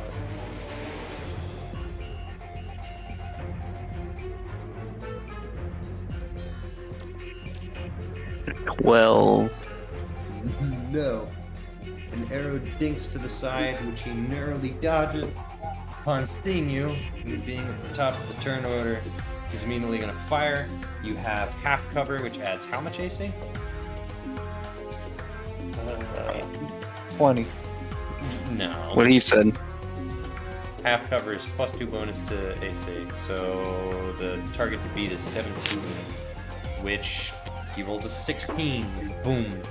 A bullet smacks into the wall, again throwing dust into your face or your vision. Not obscuring or damaging you. You take a second to realize you haven't been shot, but it was extremely close. The figure scurries his way along the top section of the rafters, and the gap is going to attempt to basically vault his way down onto the other side of this archway. I'm trying to describe what this looks like. Basically, the arches are solid, but they have narrow ledges on either side, maybe 5 inches wide that he's standing on. He's going to vault down onto one of those, grapple onto the other side of the beam, and then vault his way across. He has a little bit of trouble pulling himself up, but he's managed to disgracefully do it. And he is out of sight, but clearly still on that segment of wall.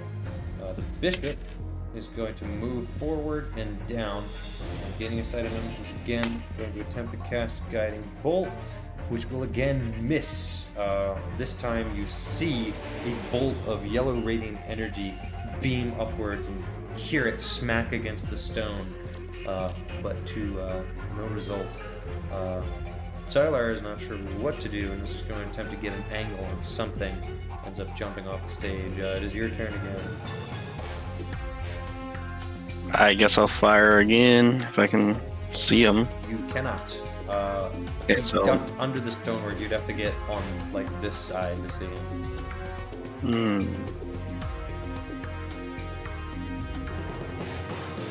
But he's in the middle. I would know that. Yes. Because you saw. All right. him Well then, close. I guess I'll move to the end of the stage, Okay. and then I'll jump down and. Okay.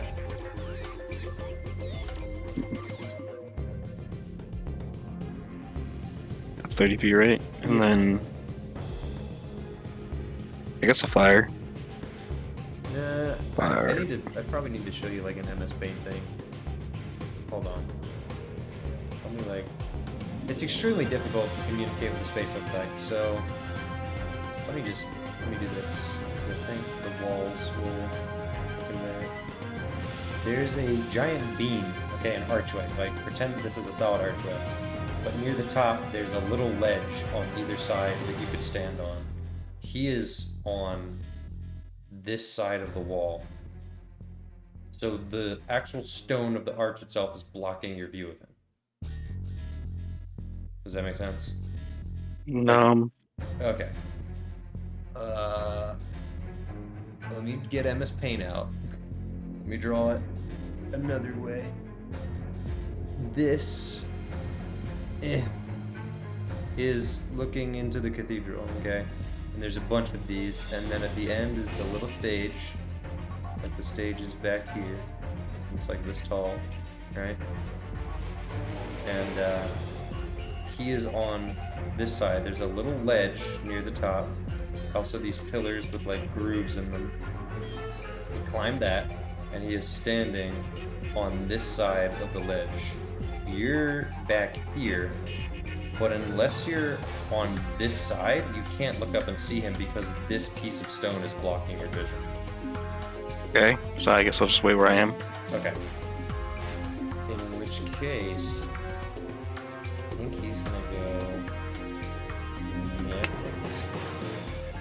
Has a 20 on acrobatics. He's gonna jump pillars. What is that? 30. He's gonna dash. Do the same thing he did before. He's gonna vault around the spire, jump further, and now he's working his way between segments of the pillars. Basically jumping 5 feet, landing on the grooves of another pillar, and making his way around the room. You are after the bishop, who doesn't really have anything else he can do other than again attempting to guide him forward. Or do this. You kidding? I think that's a fail. Well, I mean, technically a success. No, it is a failure. He is held in place. The bishop casts some kind of spell that seems to hold the man in place. Stream paused. Oh yeah, there is no stream because I killed MS Paint. Let me go back to this. He has scurried his way along the pillars. You're still gonna have to go probably like here to see him, but you would be able to see him if you're standing by the bishop. You pursuing? Sure. Okay. He's in line, held by a magical aura in the middle of scaling one of these pillars. Okay. So can I shoot him? Yes. It All right. should have advantage. Because you can't move. I'm gonna need it. 'Cause- Wait. Okay, the die is just frozen. Alright, well that does it. Alright, well. Let's do that. So roll for damage.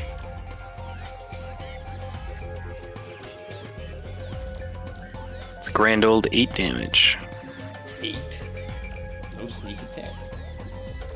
I mean, why would I get sneak attack? Because you had advantage on the attack roll. Oh, I guess that is true. Do you play rogue? I mean, I don't fight as rogue. I guess that's true. It's like, what are you talking about? So that's what? 5, so 12. 20 damage in total. That's right. I'm gonna. I don't know if I can uncanny dodge this if I'm held in place. It just says use your reaction. But if I'm paralyzed, can't move or speak.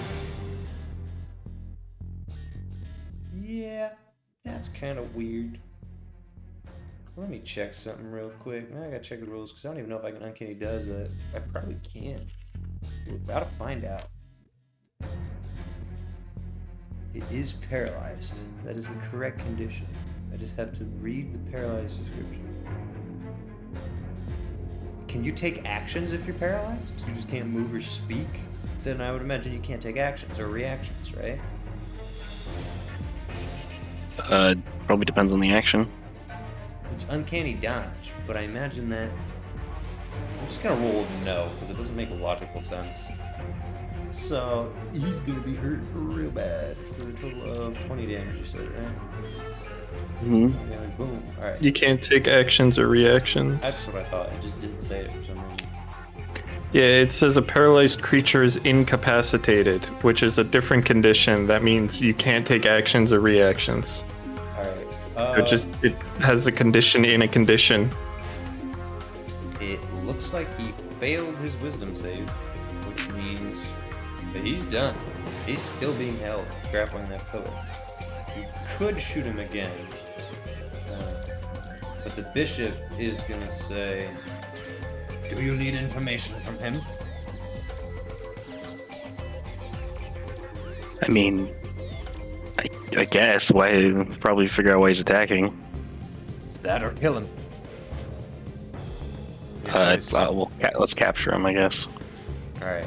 I don't know. He just jumped in my crib trying to beat me up. I'm That's where it frazzled. gets difficult. Though the bishop says there's no guarantee he'll be held for longer. I'm worried that if you shoot him, he'll die. I'm not happy on these constant intrusions. I just also realized that he had a Scottish accent that I'm not doing. Oh well. Alright, what is your choice? I guess we're capturing him. Okay. If he... He succeeds a wisdom save. So he is no longer being held. So I'm thinking. Is your bow drawn at him actively? Probably, yeah. Yeah. Okay. Okay. He's gonna say, as he wrenches himself from the spell of holding, very well, you've bested me. I will cease. Allow me to dismount. And he slides down the pole. He puts his guns away and he holds his hands in the air. The bishop is kill him. angry and is immediately going to say, "Why are you causing trouble in my temple?" And he says, "You invited trouble into your temple. Don't you know who it is you harbor? Grudger Griff. That's me. What of him? He's a criminal. A That's depends on. philanderer disguised as a philanthropist." Like, kind of depends on who you ask. Is that so? Well, I mean, political prisoner is a criminal, and we knew that. I thought the same. I thought you and I walked the same path, that it was only a matter of perspective.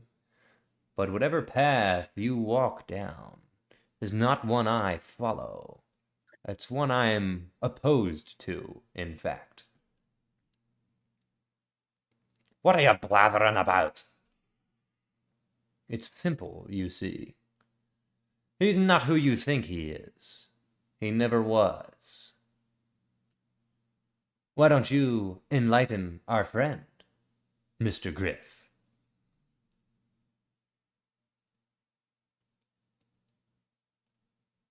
In reference to what? Don't play dumb. There's enough of that. Actually dumb. He says, "I've tailed you here." He begins walking slowly forward. His hands are no longer up now, and the bishop is a little uncomfortable. He's just walking forward. He says, "I tailed you here. After all of your shenanigans, after everything you did, all the people who died, the lies, the torment, and now you have the audacity to play stupid." The lies, the torment. He stops about. All right, well, who am I then? If you're so smart. We got him, boys. You're the kingpin. Huh?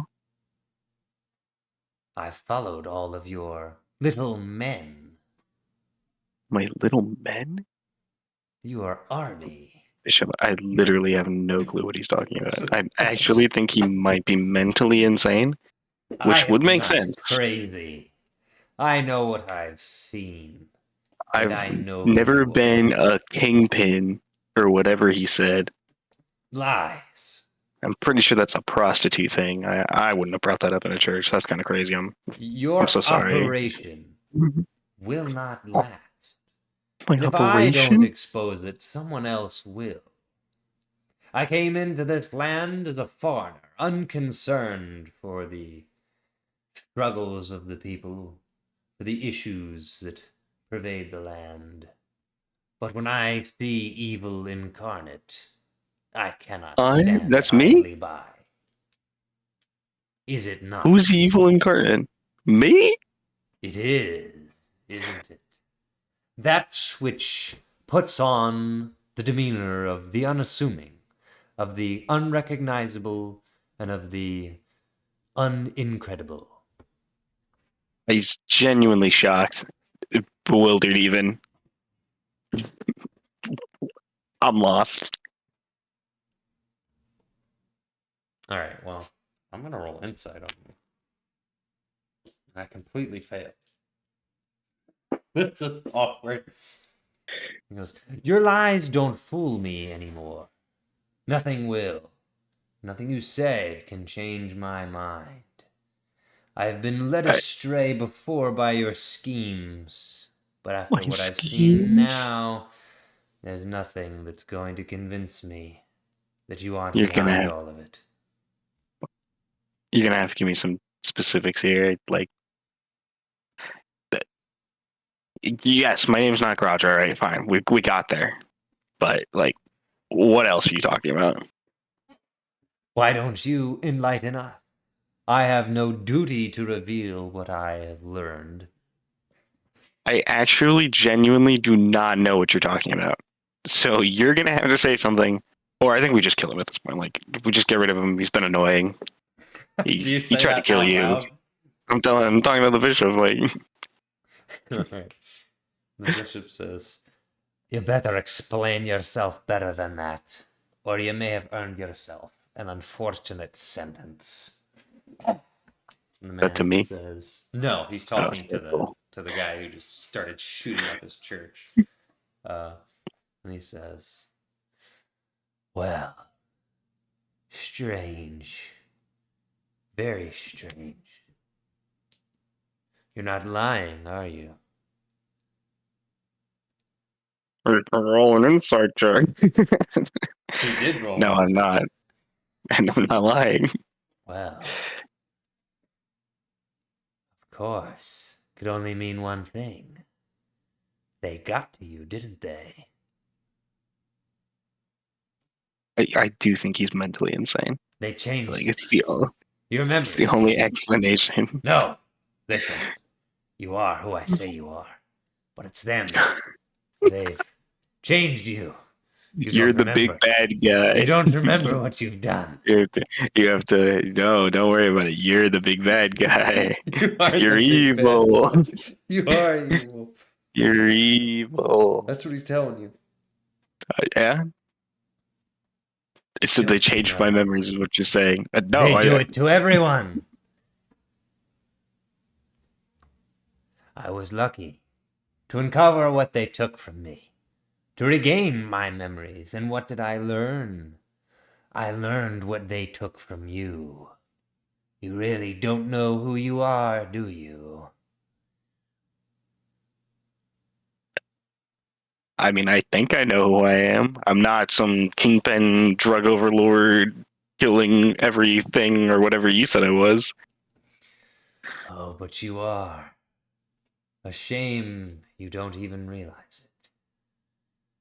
A shame indeed.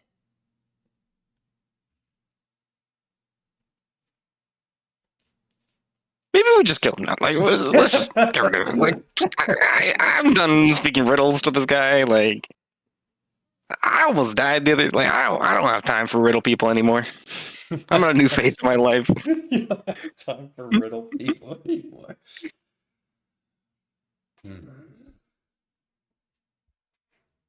All right. Well, his hands are over his guns, but he hasn't reached for them yet. The bishop Put isn't sure your what hands to back do. up. Freaking get away from those. All right. He puts his hands up.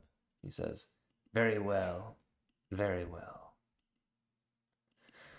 Perhaps I should bring you evidence.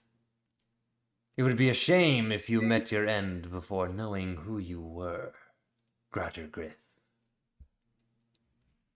Poof! He goes up in smoke. He's covered in smoke. Roll perception. Roll smoke check. All That right. sucks. All right, what'd you get? I got like a 14. 14. Perfect.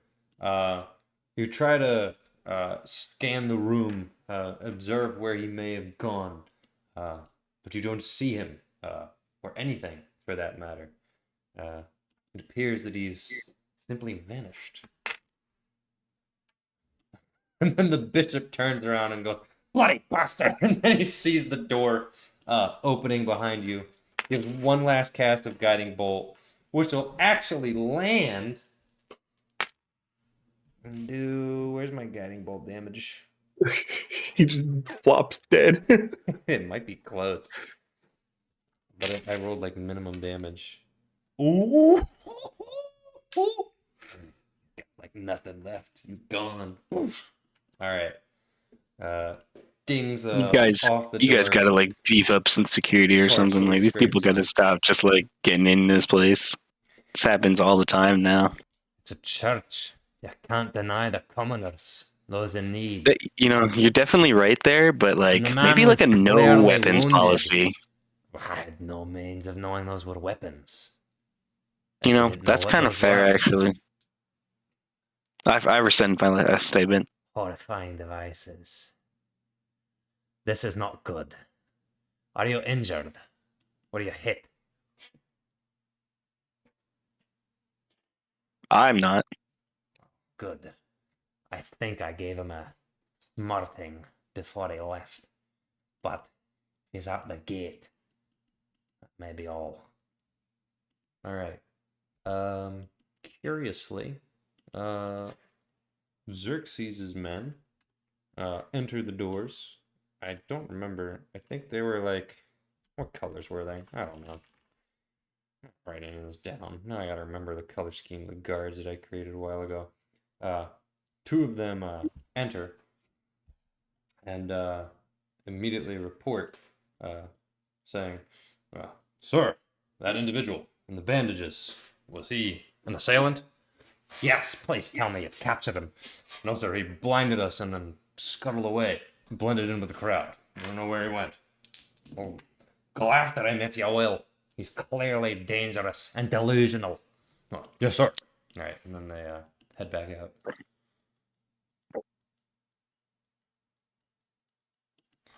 It was wild. This is not good. You know. Do you have Yeah, any idea what he was talking about? Okay. To be quite honest with you, I've been many places, and especially in my line of work, you don't always want to tell everybody the whole truth, but legitimately have no clue what he was talking about. I've given fake names before, but so unless maybe like somebody took one of those names and started doing something with it, I didn't do that. Hands up. Hands up. Hands up. It's a robbery. All right. And the bishop just says, "It's quite a mess we've got into here. I do pray that my trust in you is not misplaced."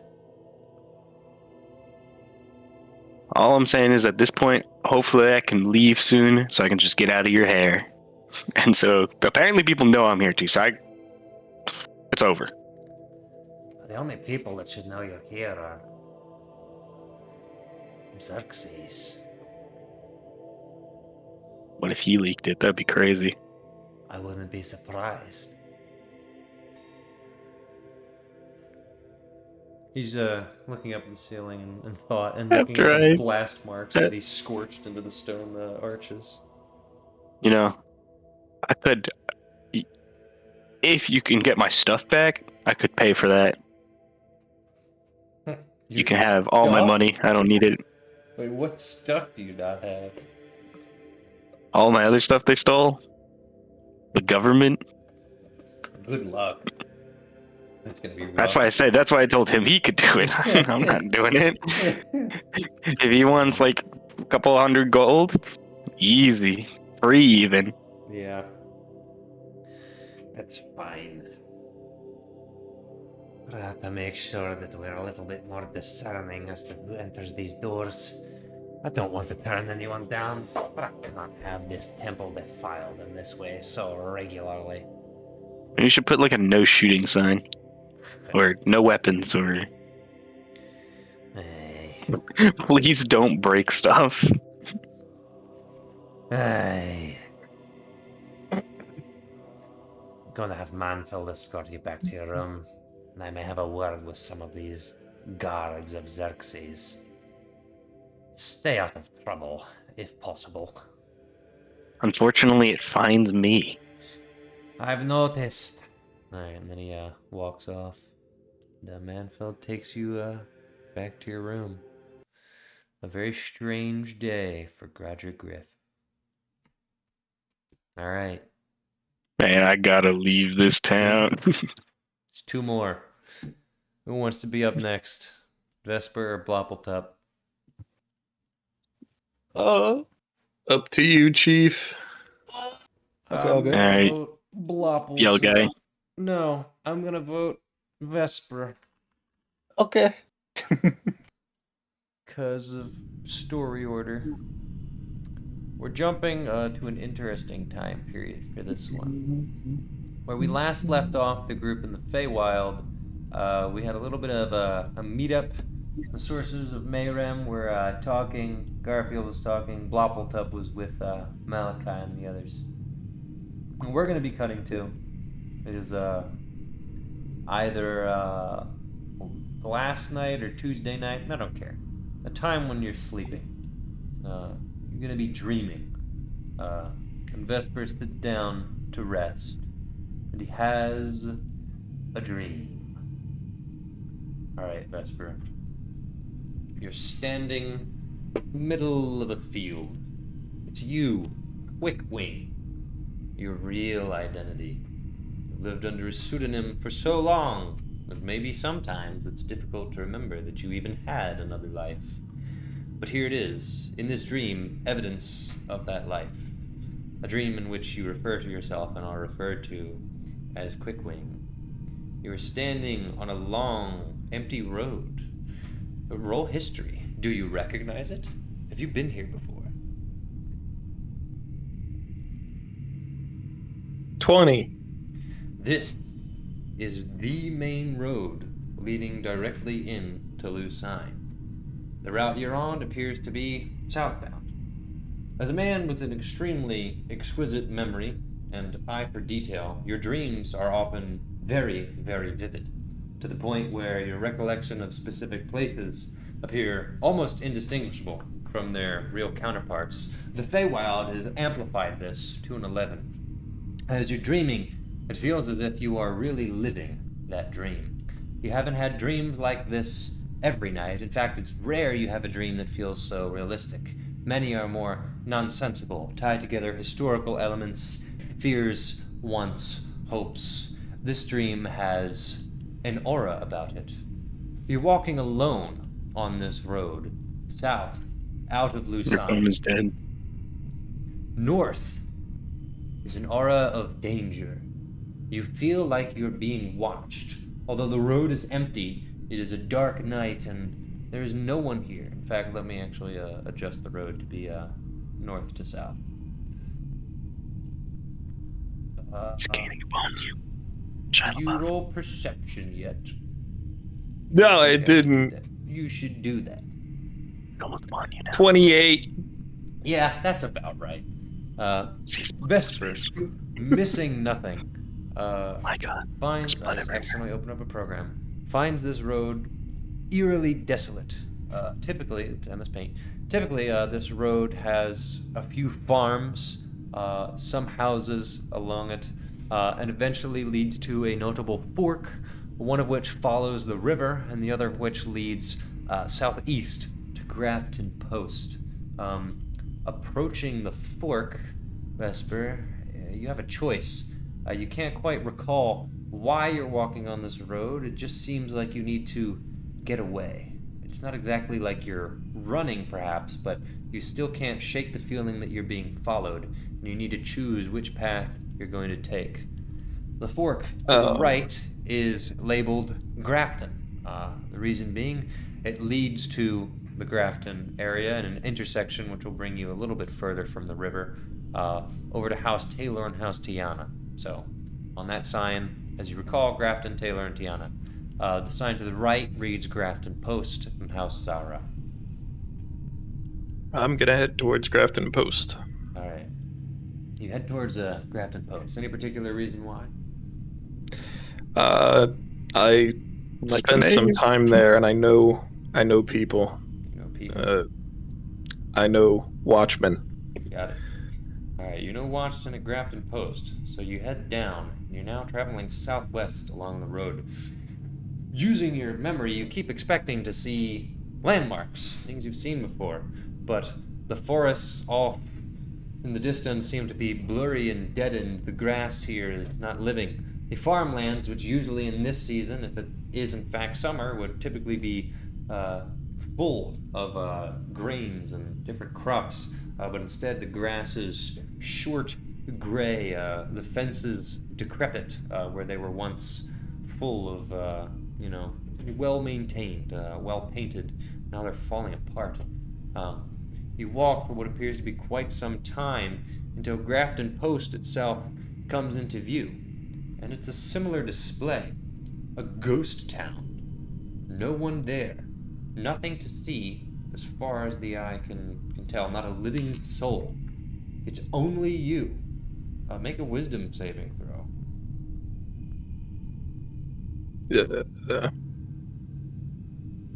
13. You succumb to fear. You're frightened, but you don't know by what. That looming presence, the feeling that you're being watched, has not only persisted, but it has been amplified as you make your way into Grafton Post. Being as that you don't know what the source of your fear is or where it is, there's not much you can do to escape it, but your heart begins pounding quicker as you enter Grafton Post through the north gate. Typically, this section is full of people, wagons, receptacles for traders, cargo, not a soul. The portcullis remains open, the sections for storage, no wagons, no boxes, no crates, everything is a shell. As you continue down towards the center, reaching where the market would be, it is again a desolate stone square, with not a soul living or visible. You stand in the middle of this field looking at the gray, rotting houses. You smell a disgusting, acrid scent in the air. You start to feel like the way that you felt when you were accompanying Malachi to fight the Black Dragon in the area of the archives. A similar looming presence hovers over this area. You start to wonder if the grass is gray due to the effects of some draconic figure, if the people have all left due to that looming danger. But yet again, you look around and see not a living soul, nor the source of your fear or whatever it is that's tracking you, but you know that you're being watched. Is there anything you would like to do?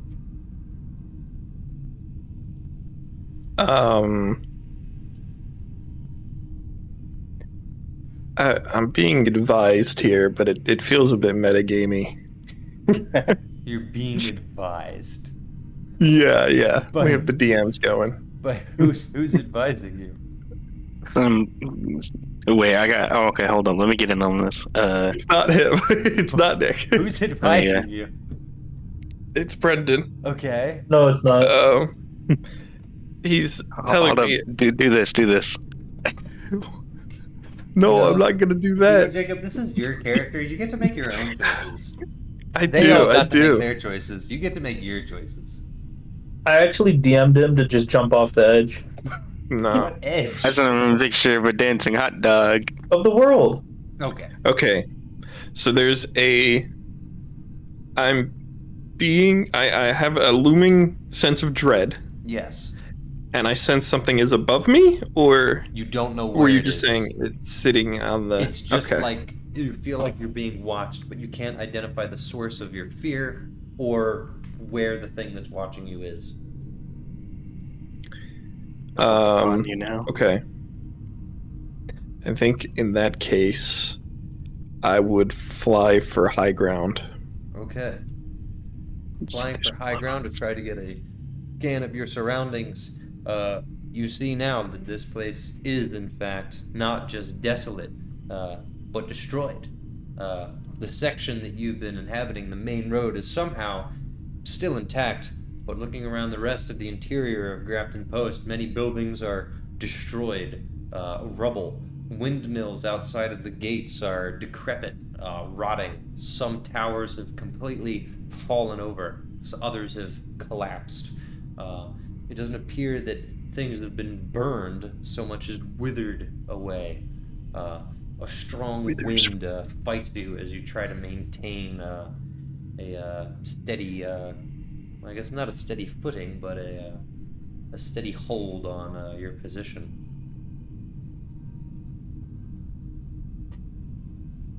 Okay. So I don't see anything in particular that. No. Okay. I guess I'll just head further in. I don't know, I'm not- south. Sure. Yeah. Yeah, that works. Heading further south to see if there's any activity at the southern gate. It appears much of the same. Although now you feel that what was I gonna say? Now you feel as though you're coming closer to the source of your fear. Something is pushing you away from continuing further south. The frightening presence before you results in you not wanting to get any closer. You now identify something is south of you. So am I able to go that way, or is this the Physically, fear no. effect kicking The in? fear is Okay. physically keeping you. Now you could try to repeat a wisdom save to overcome that, or you could just I will refuse. do that. Do it. It's lower, 11. No, the source of your fear is too strong. You're being driven back. Huh. Suddenly you perceive the first sign of life that you've seen. A chariot. A chariot atop of which is a ballista. This is not an uncommon design of Lucine. They were used semi-sparingly, but it is something that was specifically designed, as you recall, to combat dragons, non-magically. These ballistas are dreadfully powerful and wickedly fast, and they are pulled by nightmarishly large black steeds. The chariot charges forward through the open south gate, and you see the ballista honing itself on your position. Whatever is in that chariot is the source of your fear. Roll initiative. Fascinating. Oh, an 8. The chariot got a 7. Oh, Now, you can't get any closer to it, but you do have some specific actions that would be very, very beneficial. What would you like to do? what? I have something that the problem is I know what's going to happen, so I know what you should do, but I can't tell you to do it. So it's Yeah, you kinda can't fun. tell me that. I can't tell you any of what to do. All the carriage, Tell the me death that. carriage is approaching you, and it's driven you back over the central square. as it's I making can I its way see something aiming the ballista, or is the ballista just aiming at me? back. The ballista is being aimed from within the carriage. The design is specifically Oh, so that there is a. It's like a mechanism- tank. It is sort of a tank. It isn't Gotcha. that well protected, because realistically, like you remember, this design was experimented on. Armor is not particularly effective against most of the weapons of a dragon, but you have a better chance of survival if you're not actually manning an open ballista. So the mechanism was designed so that it could at least be fired from within the carriage. Okay. Well, I am going to. I wouldn't know of any structural weak points or anything I could aim for, would I? No, you haven't worked with these personally, so what I've told Cool. you is the extent of your knowledge of them. I'm going to shoot the horse. Okay, there are 2 horses, left and right, which I will place down. I actually you may be able to, I'll just label them as this. I don't know if you'd be able to know what they are or not just by looking at them, but they're nightmares, specific. Do I have my leg in my dream, or just my No. crossbow? You have whatever weapons you would have been using the year that you left the military. All right, so standard military issue: Mhm. crossbow and Yep. probably a dagger. Yep. Fantastic. Well, Yep. 12 to hit. No. The nightmare just sidesteps it, and the carriage continues trotting north. Anything else? Okay. Is there any cover here, or am I just in an open square? You are still in the air, correct? Yeah. Okay. Well, there's no cover in the air. Is there any cover below me that I could drop down to? It is completely desolate. Fantastic. Yes. It is your worst nightmare. Literally. There's nowhere for you to run. There's nowhere for you to hide. An empty, desolate field. Even the buildings themselves seem to be inaccessibly far away, as the courtyard seems to just extend indefinitely. Even though it's really not that big. So, even if I bonus action dashed, I couldn't You will reach. not reach the end of the courtyard. You can try it, but what happens is the courtyard just seemingly continually expands, leaving you in the expanse of, oh my gosh, there's nowhere for me to hide. So the buildings are there. Okay. The buildings are intact around the courtyard, but no matter how quickly you go, there's always more courtyard. All right. Then I'll fly directly towards the ballista. Okay. I don't think you can do that because you did not overcome the source of your fear.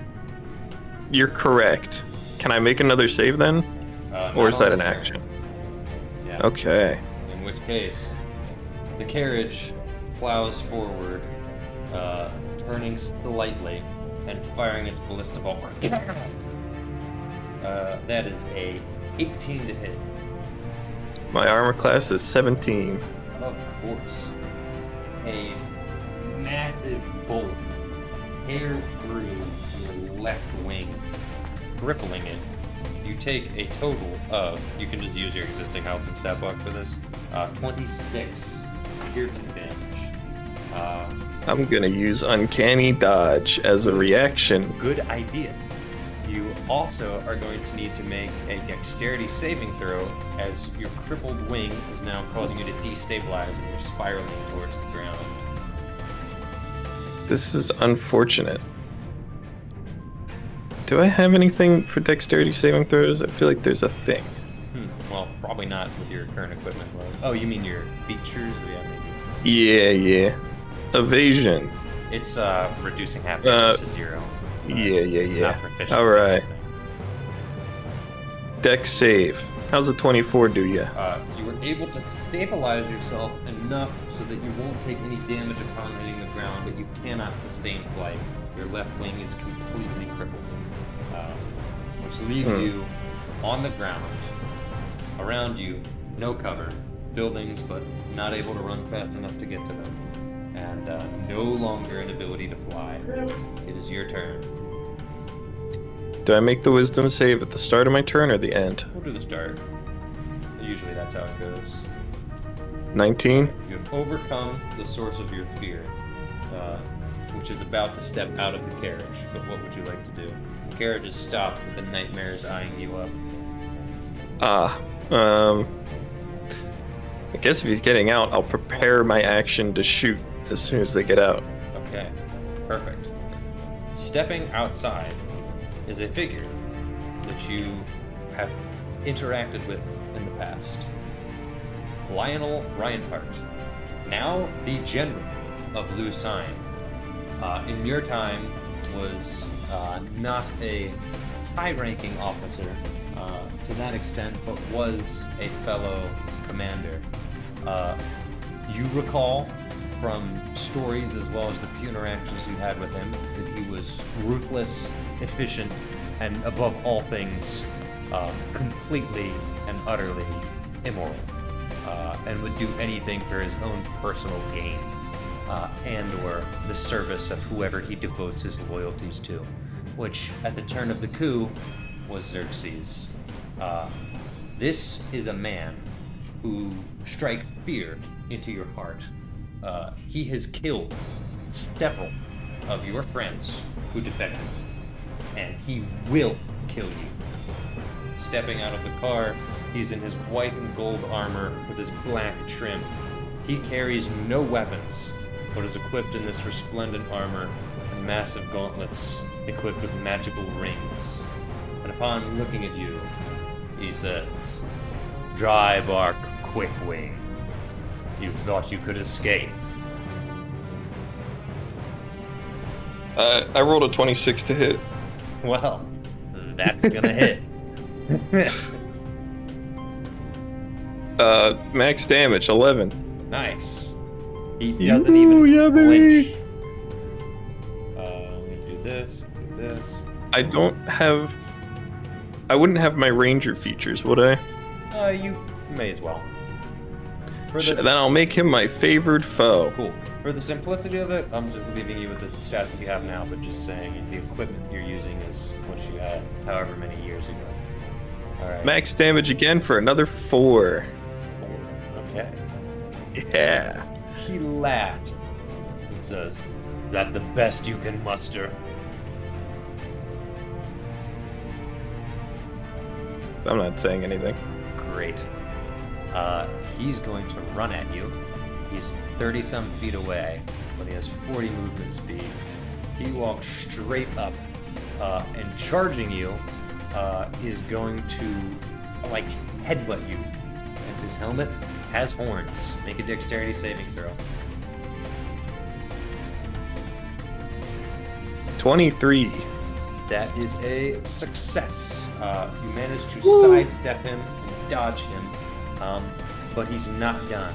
Upon stopping, he's going to spin around and attempt to deck you in the face. That is an 18 to hit for a total of 6 bludgeoning damage. Okay. Now that is 2 of those points. Here's a few more. Let's see what I have. He's going to attempt to grapple you after punching, but that is a... yeah, so you can contest with acrobatics or athletics. 21. Okay, he rolled a 21. What's the modifier you're using? Plus 8. Well, no, I mean Acrobatics. Like, okay, so your dex is a plus 5? 5. This is a plus... okay, reroll. That's 5 too. 29. I rolled 11 this time. Alright. You have been grappled. That is 1, 2, 3 points used, which means there are 2 left. Now that you're grappled, he is going to pile drive you. He's attempting to drive you into the ground, but he does not manage to get it to hit. You wriggle your way around. You are still grappled, but you avoid being pile driven with your squirming. You are still in his grapple, but he ends his turn. Okay.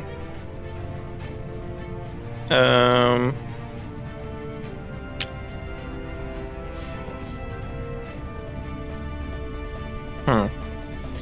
not really meant to fight alone.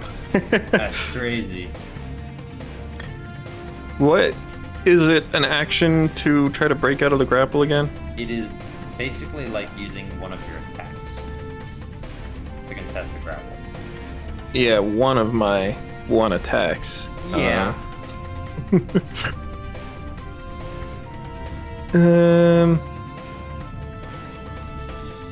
Okay. Well, I'm not going to be able to get sneak attack this this Yeah. fight. Or wait, am I? Hang on, let me look at steady aim. If only you had a move that could just give it to you. Yeah, I have steady aim. I can use Aw, steady man. aim and get advantage.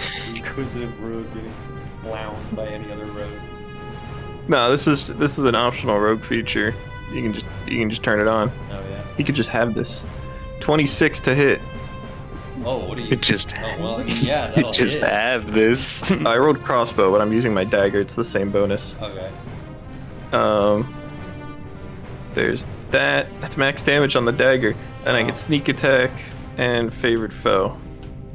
So, 11 plus 12, Wow. 23. That's pretty good. That's pretty good. All right. He's a little bit surprised by that when he goes, Ah! Forgot you pack a punch. I pack one harder. and he is immediately going to When he goes release like, the grapple. Oh, But kind of him. to drop kick you. Next save.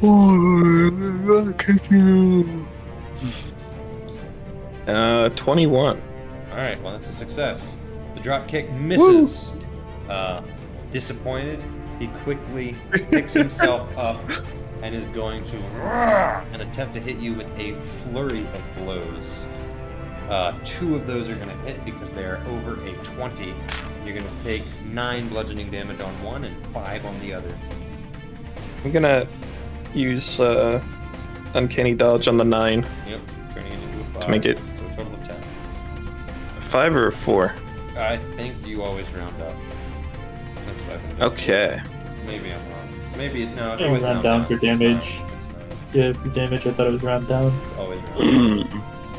I can never It's remember. one of the two. It's just total of 9 damage. You always round down. I remember. Hey, listen, if this comes down to 1 HP, then Then we know. we'll look it up. But Then we know. It's round down. Yeah, I know. All right. well, You're up, Vesper. I mean, Quick Wing. yeah. I mean, So this guy's fast. I'd have to use an action or a bonus action to disengage. Then I could get pretty far away from him. Assuming he doesn't have bonus action dash, I could get away from him like 20 feet by 20 feet every turn. But, There's only one way to find out. I could do that, but I can only use steady aim uses my bonus action and all of my movement. So I can't move if I want sneak attack, meaning on those turns he would catch up. if only you had a different thing then. Well, yeah, if only I was Cagliari right now. She just gets sneak attack if it's a 1v1. I need another enemy of the creature to be within 5 feet of the creature, and I don't see any other enemies of the creature Nope. anywhere around here. Not one. Huh. Well, anxiety. Yeah, I'll be annoying about this. Do it because Oh. I've got to be annoying about you. So. I'll disengage and move away, Yep. and then use my other one to dash another 30 feet. So moving 60 feet away. Got it. Alright. You're at the corner of the grid. You've finally reached the end of the endless courtyard, but of course at this point, looking around, all of the houses have no doors. They're simply wooden husks locking you into this box of combat. Oh, so I actually reached the edge? You did reach the edge now. It materialized. but there's no doors, there's no windows. Like it's all like a facade. It's just a wall locking you into this box. It's like not real. All right. Anything else you'd like to do? Oh, that's everything. Okay. All right. Lionel says, You're not the only one that can run. bonus action dash. Cool. 40 feet plus 20. You know what that feat is called? Sneaky bastard. He's gonna go for another charge attack with the bullhorns. Dex saving throw, please.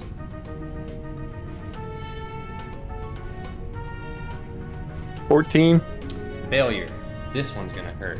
You're not only not bludgeoned by the blow of his helmet, which actually I remember it doesn't have horns. It's just like reinforced, so he's just jamming the entirety of his head into your stomach. In addition to that, you would be pushed back 10 feet, but are pushed into a wall and take additional bludgeoning damage for every 5 feet you'd be pushed back, which is 10 feet, which is 2d6. Which means the total damage you're taking on this is 10, 16, 19, 20, 23 bludgeoning damage. Gonna have to uncanny dodge that for real. Definitely gonna have to uncanny dodge that.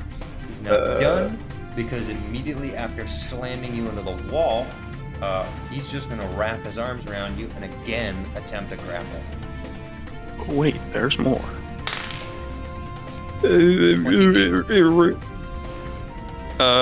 25. All right, you have been grappled. He has one more move that he can do. You're being put in a sleeper hold. Make a Constitution save. I'm not as good as those. 21. Oh, that's big. That's a success. He's struggling. You haven't been put to sleep, but you're still grappled. But he's frustrated. I'm gonna turn my head 180 degrees to look at him in the face. That's hilarious. He snarls at you and says, Playtime is about to be over. but it's your turn. You are grappled. Steady aim, stab him again. Yup. 26 to hit. That'll hit. Give me that dagger. Give me that sneak attack. Give me that favored foe. We got 25. 25. Oh my gosh. Your 25 output damage. is actually higher than his. I think, like reliably. Although I could be doing the other thing. I mean, I could be doing better, but yeah, he's just way too survivable. I think. Did you hit the mark yet? I don't think you did. No. Not You yet. could say this is a dream and everything I hit him with does nothing. So, I it's mean, the fact that you're specifically- even. It's specifically tracking. doing a lot. It's just not quite enough. This is now a very important roll. He's going for a move against which you have no defense. So that's the end of your turn, right? Yeah, that uses everything. I do that. hits. You're going to take a lot of damage. It's a 17. Does that hit? That is my armor class. Shoot. He is attempting Meets it, beats to it. snap your neck. Oh, good for him. He's probably gonna succeed, and it's definitely gonna kill you. And he says, Like I said, playtime's over. kaboom. Although you might be able to uncanny dodge this. 35. What's that divided by 2? 17. 17.5, so I take 17 damage. Wow. Alright, he is You got shocked that you're owl alive. neck. He's shocked that you're alive. And says, Surrender, or I'll break every bone in your body. I'm gonna say you do that anyway and stab him again. wow, okay. Steady aim stab. 25. That'll do it. These are all rolling one big, one little. Yeah, I know. I've noticed. It's pretty funny. 19 plus 23. 23. I think I can officially say you have bloodied him. That's Nice. pretty big. The fact that you're 1v1ing this guy tells me that I've made you guys very strong. characters. Whoa. Don't lump me in with him. Actually, it's true. It's very true. Jacob do be out here making highly optimized kill characters. Alright, he's bloodied, and he's mad about it. The only question is, how does he want to kill you? You're still grappled, so I'm going is a to good pile question. drive you out of existence. That's a 13 to hit, so that's a miss. Wriggle too much. I can try that one more time. That's a 15. Alright, can't do it anymore. In which case, I'm going to give up, ungrapple you, and just try to punch you. That's a 27 to hit. Yep. 9 damage. I think you survived. Yeah. Because you uncanny dodge. Uncanny no, dodge that's rounds it. it down to 4, which is exactly you what have I 11 got. Points. Punched in the face. Finally, you go down, not without a fight, but suddenly you wake up, and it's cold sweat to realize that it was all a frighteningly realistic nightmare. Make a wisdom save. This is the important one. 17. Good. You succeeded. You feel Feel that this you won't had, have skin anymore. you feel that if you had succumbed to your fear there, then you may have lost a part of yourself until exiting the Feywild or finding some source of magic to undo whatever just overcame you. But you hold it back. Focus on what would you do to keep yourself from going insane to this fear? What strategy do you employ to hold it back? Oh, jeez. He probably just further detaches himself from like anything. Yeah. Distribution. Yeah. A dangerous Just- but effective strategy. Compartmentalize that away. Yep. Don't be fine. Don't worry about it. And tell no It's one, healthy. right? Oh, of course not. Excellent. They don't need to know. This was the nightmare that you had, we'll say, on Monday night. It was quite a stir. But you're not the only one who had a dream that night. Wobbletop. You ready? You with us? You ready? Yeah. Alright. You yourself have a dream. Yeah, get Wobbletop ready. You're definitely going to need him. And unsurprisingly, you're on the ocean. It's not particularly noisy or outrageous. It's fairly calm, but you are in the dark. It's night, and there's water as far as you can see. And being dark, you also can't see anything below the surface of the water. Currently, you're just floating. Somehow, in your heavy armor, some kind of blessing, perhaps, allows you to easily coast in this domain. But similar to Vesper, of course, not that you would know, everything feels very empty, and you're quite cold in this calm ocean. Is there anything you'd like to do? Sorry, I just got stun locked. You just got stun locked. I just heard a weird noise and a badoop. Yeah. Oh, let's go swim a little bit. Maybe swim down a bit. Go swimming. Swim down into the ocean. All right.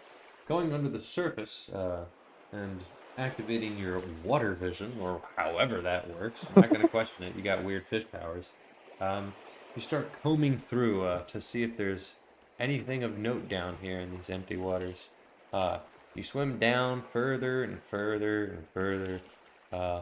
An ocean is in fact a void. What little moonlight was reflecting off the surface seems to be drowned out by the water as you venture further and further down, relying on your dark vision. You do you have dark vision? You have dark vision, right? Yeah. All right, good. Otherwise, that would be awkward. If I got my goggles on, it's like a bunch of dark vision. Perfect. All right. So you're able to see down until eventually you touch down on the ocean floor. Surveying around, it's just sand dunes. and in front of you is a hill. You feel a compulsion to climb that hill. I'm gonna climb that hill. He's gonna climb the hill, thank goodness.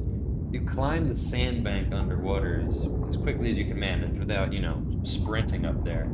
And upon reaching the top, you look out to the most beautiful bioluminescent coral reef. It's splendid. It's like a city in a way, but not one that is created or human or manufactured. It's all natural. Swarms of fish swimming in a great bowl-shaped coral reef, and at the center of the bowl is a grand throne made of pure gold, surrounded by illuminated treasures, ancient mossy stonework of the first signs of actual civilization in this beauty of nature. What would you like to do? The throne is facing away from you, so you can't see who sits on it, but it is a massive throne. Absolutely massive. And go swim around and get a closer look. Of course, swimming down, get a closer look. Swimming down to the coral reef, around the great stone pillars, and around the throne. Oh my god, it's not working. Okay. You try to get a closer look as to who or what is in this throne of note. And while the throne is resounding, beautiful, resplendent even, like I said, out of pure gold, it's actually difficult to perceive the figure sitting on it. At first, you have any guesses as to who it would be? Mr. Crab. Rodriguez Obama. Of course. You think it's going to be the crab, or at least Michelle Rodriguez Obama. Not to be confused with Michelle, whatever her actual name is, Obama, because Nick just made that up. Gazing upon the throne, somehow the gold is illuminating it, making it difficult to see who's sitting there. You think it's the crab. Your eyes adjust to the light being cast by this throne, but in its place there is no Gungi Bomba King Blubbletoppletopplip the Destroyer, whom you expected. Instead, sitting in the throne is a little gnome. Ew. What do you do? So true. Swim a little closer. Who are you? We've met before. Have we? You don't We say. have. Where? After all, I am the boy with the golden hand, sitting upon my throne. What? You don't remember, do you? Not in the slightest. Allow me to illuminate you. He outstretches his hand. Yeah, I'll grab So it. you grab it. You are immediately reminded of every single memory that you lost as Moon Lord. Or Moon Dude. Your life flashes before your eyes. From your sudden spawning in existence, to your discovery of Meteor, to your adventures with Cagliari and Groger, to your unfortunate demise, falling into a pit of spider webs and eventually dying to piranhas, to your resurrection, blissfully unaware of your past trauma, to your new adventures, journeying through the Moon Lord's home, eventually betraying him, I think, because you ended up in Shadowfell, right? Yeah. Betraying him, being banished, ignoring your true calling until eventually, on your wayward adventures, you end up in a little town called Howput, and you're reborn, with your memories reshaped and deformed to the extent that you had lost yourself. And now, you have a more full picture of who you are, but there's a problem. Make a charisma saving throw. He's not good. Oh, look. 19. That's very good. You were flooded with these memories of your past, and while they illuminate much about how you came into being, primarily the Kuatoa, through this gnome, created you as a prophet, and he has had some view of your goings-on, but now clearly has grown in power since you've last seen him, and remembers you as someone who was once loyal to him. You feel that whatever was happening there was an attempt to charm you, but while you are imbued with these memories, you do not feel any allegiance to this gnome. Do you remember now, my child? Yes. And what do you think? I don't know. You don't know? I mean, I know, but I don't know. You were Tried to once kill me, a didn't you? servant of mine. Well, it was complicated. Do you know how you were born? The visions show you your past, but they do not illuminate it as I could. So tell me, do you know how you were born? Do I know how I was born? Roll investigation to try to piece together the nonsensical memories you hold. Great at that. 19. Looking back, being imparted not only with your own memories, but visions of the Moon Lord and his control over the Kuatoa, you were born against his will by the Kuatoa believing that the Moon Lord had prophets, and you were what they thought people on the surface looked like. And so you kind of just came into existence, and it took the Moon Lord a long time to wrestle basically that back into control. But there were complicating factors, with the Kuatoa changing their beliefs, you running into others. But what actually birthed you was the Kuatoa's rogue idea, and the Moon Lord has attempted to guide you ever since. And now it seems, judging by the circumstances, he's found a way to reach you? But this is a dream, surely. Is it? You're not certain. I play a soundboard, sorry. Nice. I have it muted, so. Very No. good. But the gnome continues. The gnome who you now presume is the Moon Lord. And he says, "So you see, you were my servant once, born outside of my knowledge, but brought into it. And I am here to bring you into it again. You've had your own calling, I see, but I am bringing you back to your original calling, bringing you back to me." What do I get out of it? What do you get out of it? Everything. Everything you could ever want. You've seen enough to know the power that I hold, but it's also power that you could wield. Power that I can, in my benevolence, share.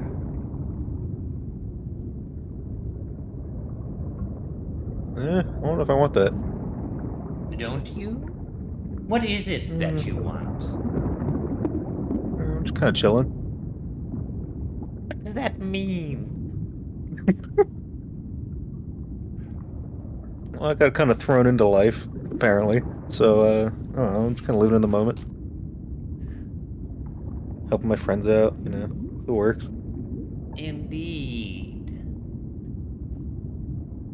So you have no interest in anything whatsoever? Not at the moment. I don't know what to do with that. I thought I could offer you something. You understand, I can literally offer you anything and reasonably be able to make it happen.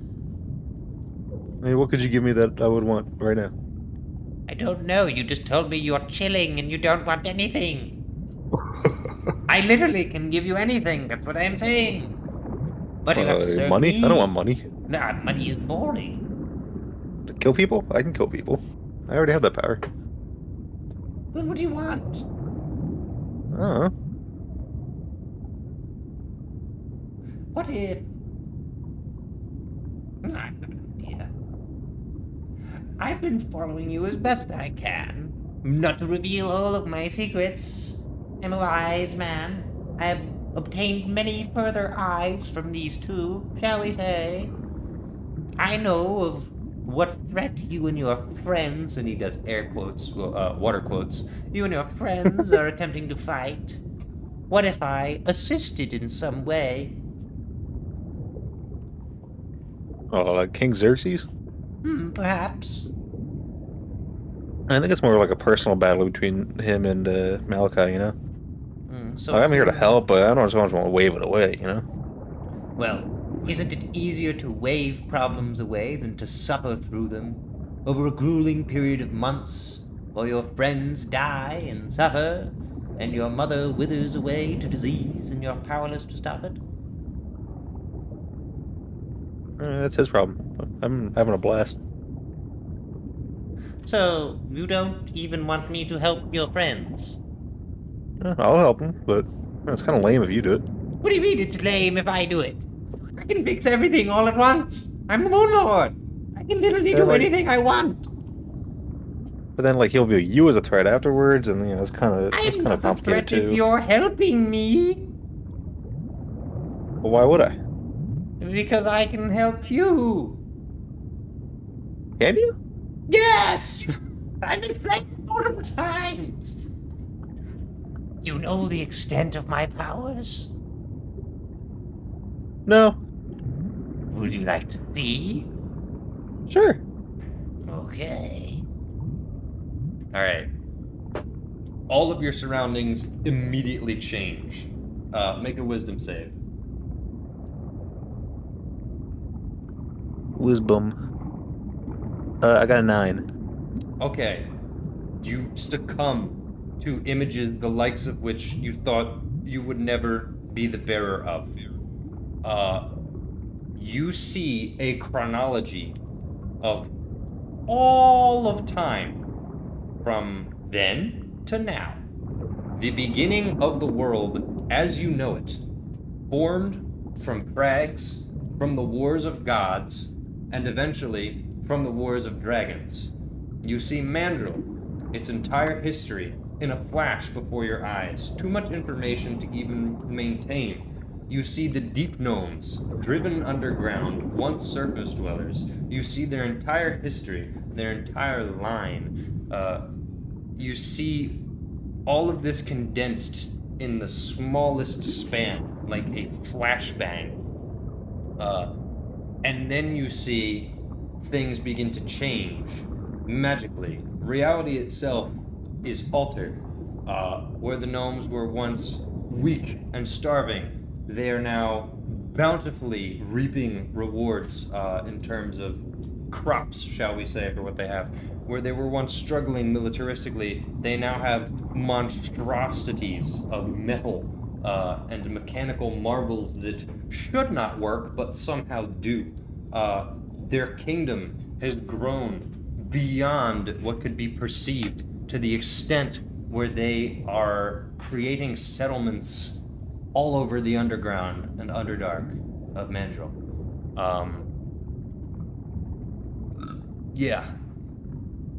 You completely mentally overwhelmed. His powers are bordering limitless. It's the only limit, and he's revealed this to you, and you kind of already know this, the only limit is what he can convince other people to believe. And people being Kuatilla.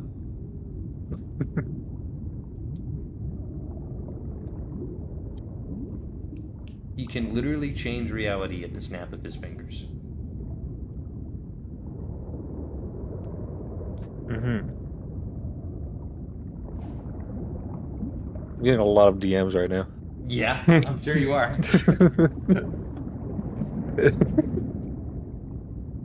Here, think about this though. What would you like to do? Oh, he just like brainstormed me. He did just brainstorm you. You couldn't even retain all of the information he passed on to you. It was too much. His mind is somehow able to comprehend it. Yours is not. Well, it's meaningless. Ha! Got him. You saying that out loud? Yeah. Is not meaningless. The only thing meaningless is your existence. You come into being outside of my purview. I attempt to grant you access to powers and glory beyond your ability to understand. And now, finally, when things are coming along, things are going so well, you prove again that I should never allow those under me to determine my actions. You have no desire to help me, no ability to help me, it seems. And so, you shall be my enemy. I thought it already was. No! The point of this entire meeting was that I thought we could be cool! Like buddies! God to servant! But not like a slave! Like friends and stuff. I already served that crab thing. That thing is not real. He only How do you exists know? because stupid No, I fish saw believe him. it. I saw him. Yes, but he's not real. I'm real. Well, then neither are your insane machinations that I just saw. I'm real. I existed before all of this. I'll exist after it. But that You're thing a little gnome that is tricks nothing but fish dust people and into making air. you exist. No, I don't trick them. I convince them. They do the tricking. It's all on their side. It's all on their side. They're all on my side. And you're not on my side. You're lame. Mother told me about people like you. I don't need your friendship or your servanthood. I'll leave you to the crab fishes. No, I'll do you one better. I'll find them and I'll kill them. And then you'll cease to exist. And so What will will you do then? Or at least your grand ideas. No, I will not. I only need to kill the small little segment that believe in this gungy bungy whatever it is. They're irrelevant. I can destroy them all in a matter of seconds. And I will. And then you'll regret not serving me. You're not real. He's not real. I am. I existed before the fish. You will dissolve with their deaths. Begone! You are warped away. But not before he reaches out and touches you, and you turn into pure solid gold. You sink into the depths, unable to breathe, not drowning, but your heart quite literally turning into stone. A golden heart that does not beat. Dead at the bottom of the ocean. And that's all the time we have today, folks. We're gonna call it right there. Any questions? He doesn't have to wake up and make a save. Oh, he does. Thank you for reminding me. Please wake up and make a Ah. charisma save. This is the one that matters. Meow. 16. Failure. Although it was supposed to be a wisdom save. But what's your wisdom modifier? It's probably better, right? It is. It's a +7 compared to a +5. So what's that? 18? Yeah. Oh, okay. No, you're good. Yeah. You feel that had you failed that wisdom save, you would have been crippled by a curse. But somehow, through sheer force of will or something, you've managed to dodge that curse in its entirety, which is a good thing. But you should beware, because now, of course, you know you're not alone. All right, and that's it for real. And we're right on schedule. We're 2 minutes early. I said 7 to 10. We started late. Don't care. We're at 2 hours, 48 minutes. That's close enough. Did everything I want to do this session. And I get to go to bed at a reasonable hour. Or stay up playing video games and go to bed at an unreasonable hour. Time will tell. But we're ending it there. Thank you, ladies and gentlemen. Until next time.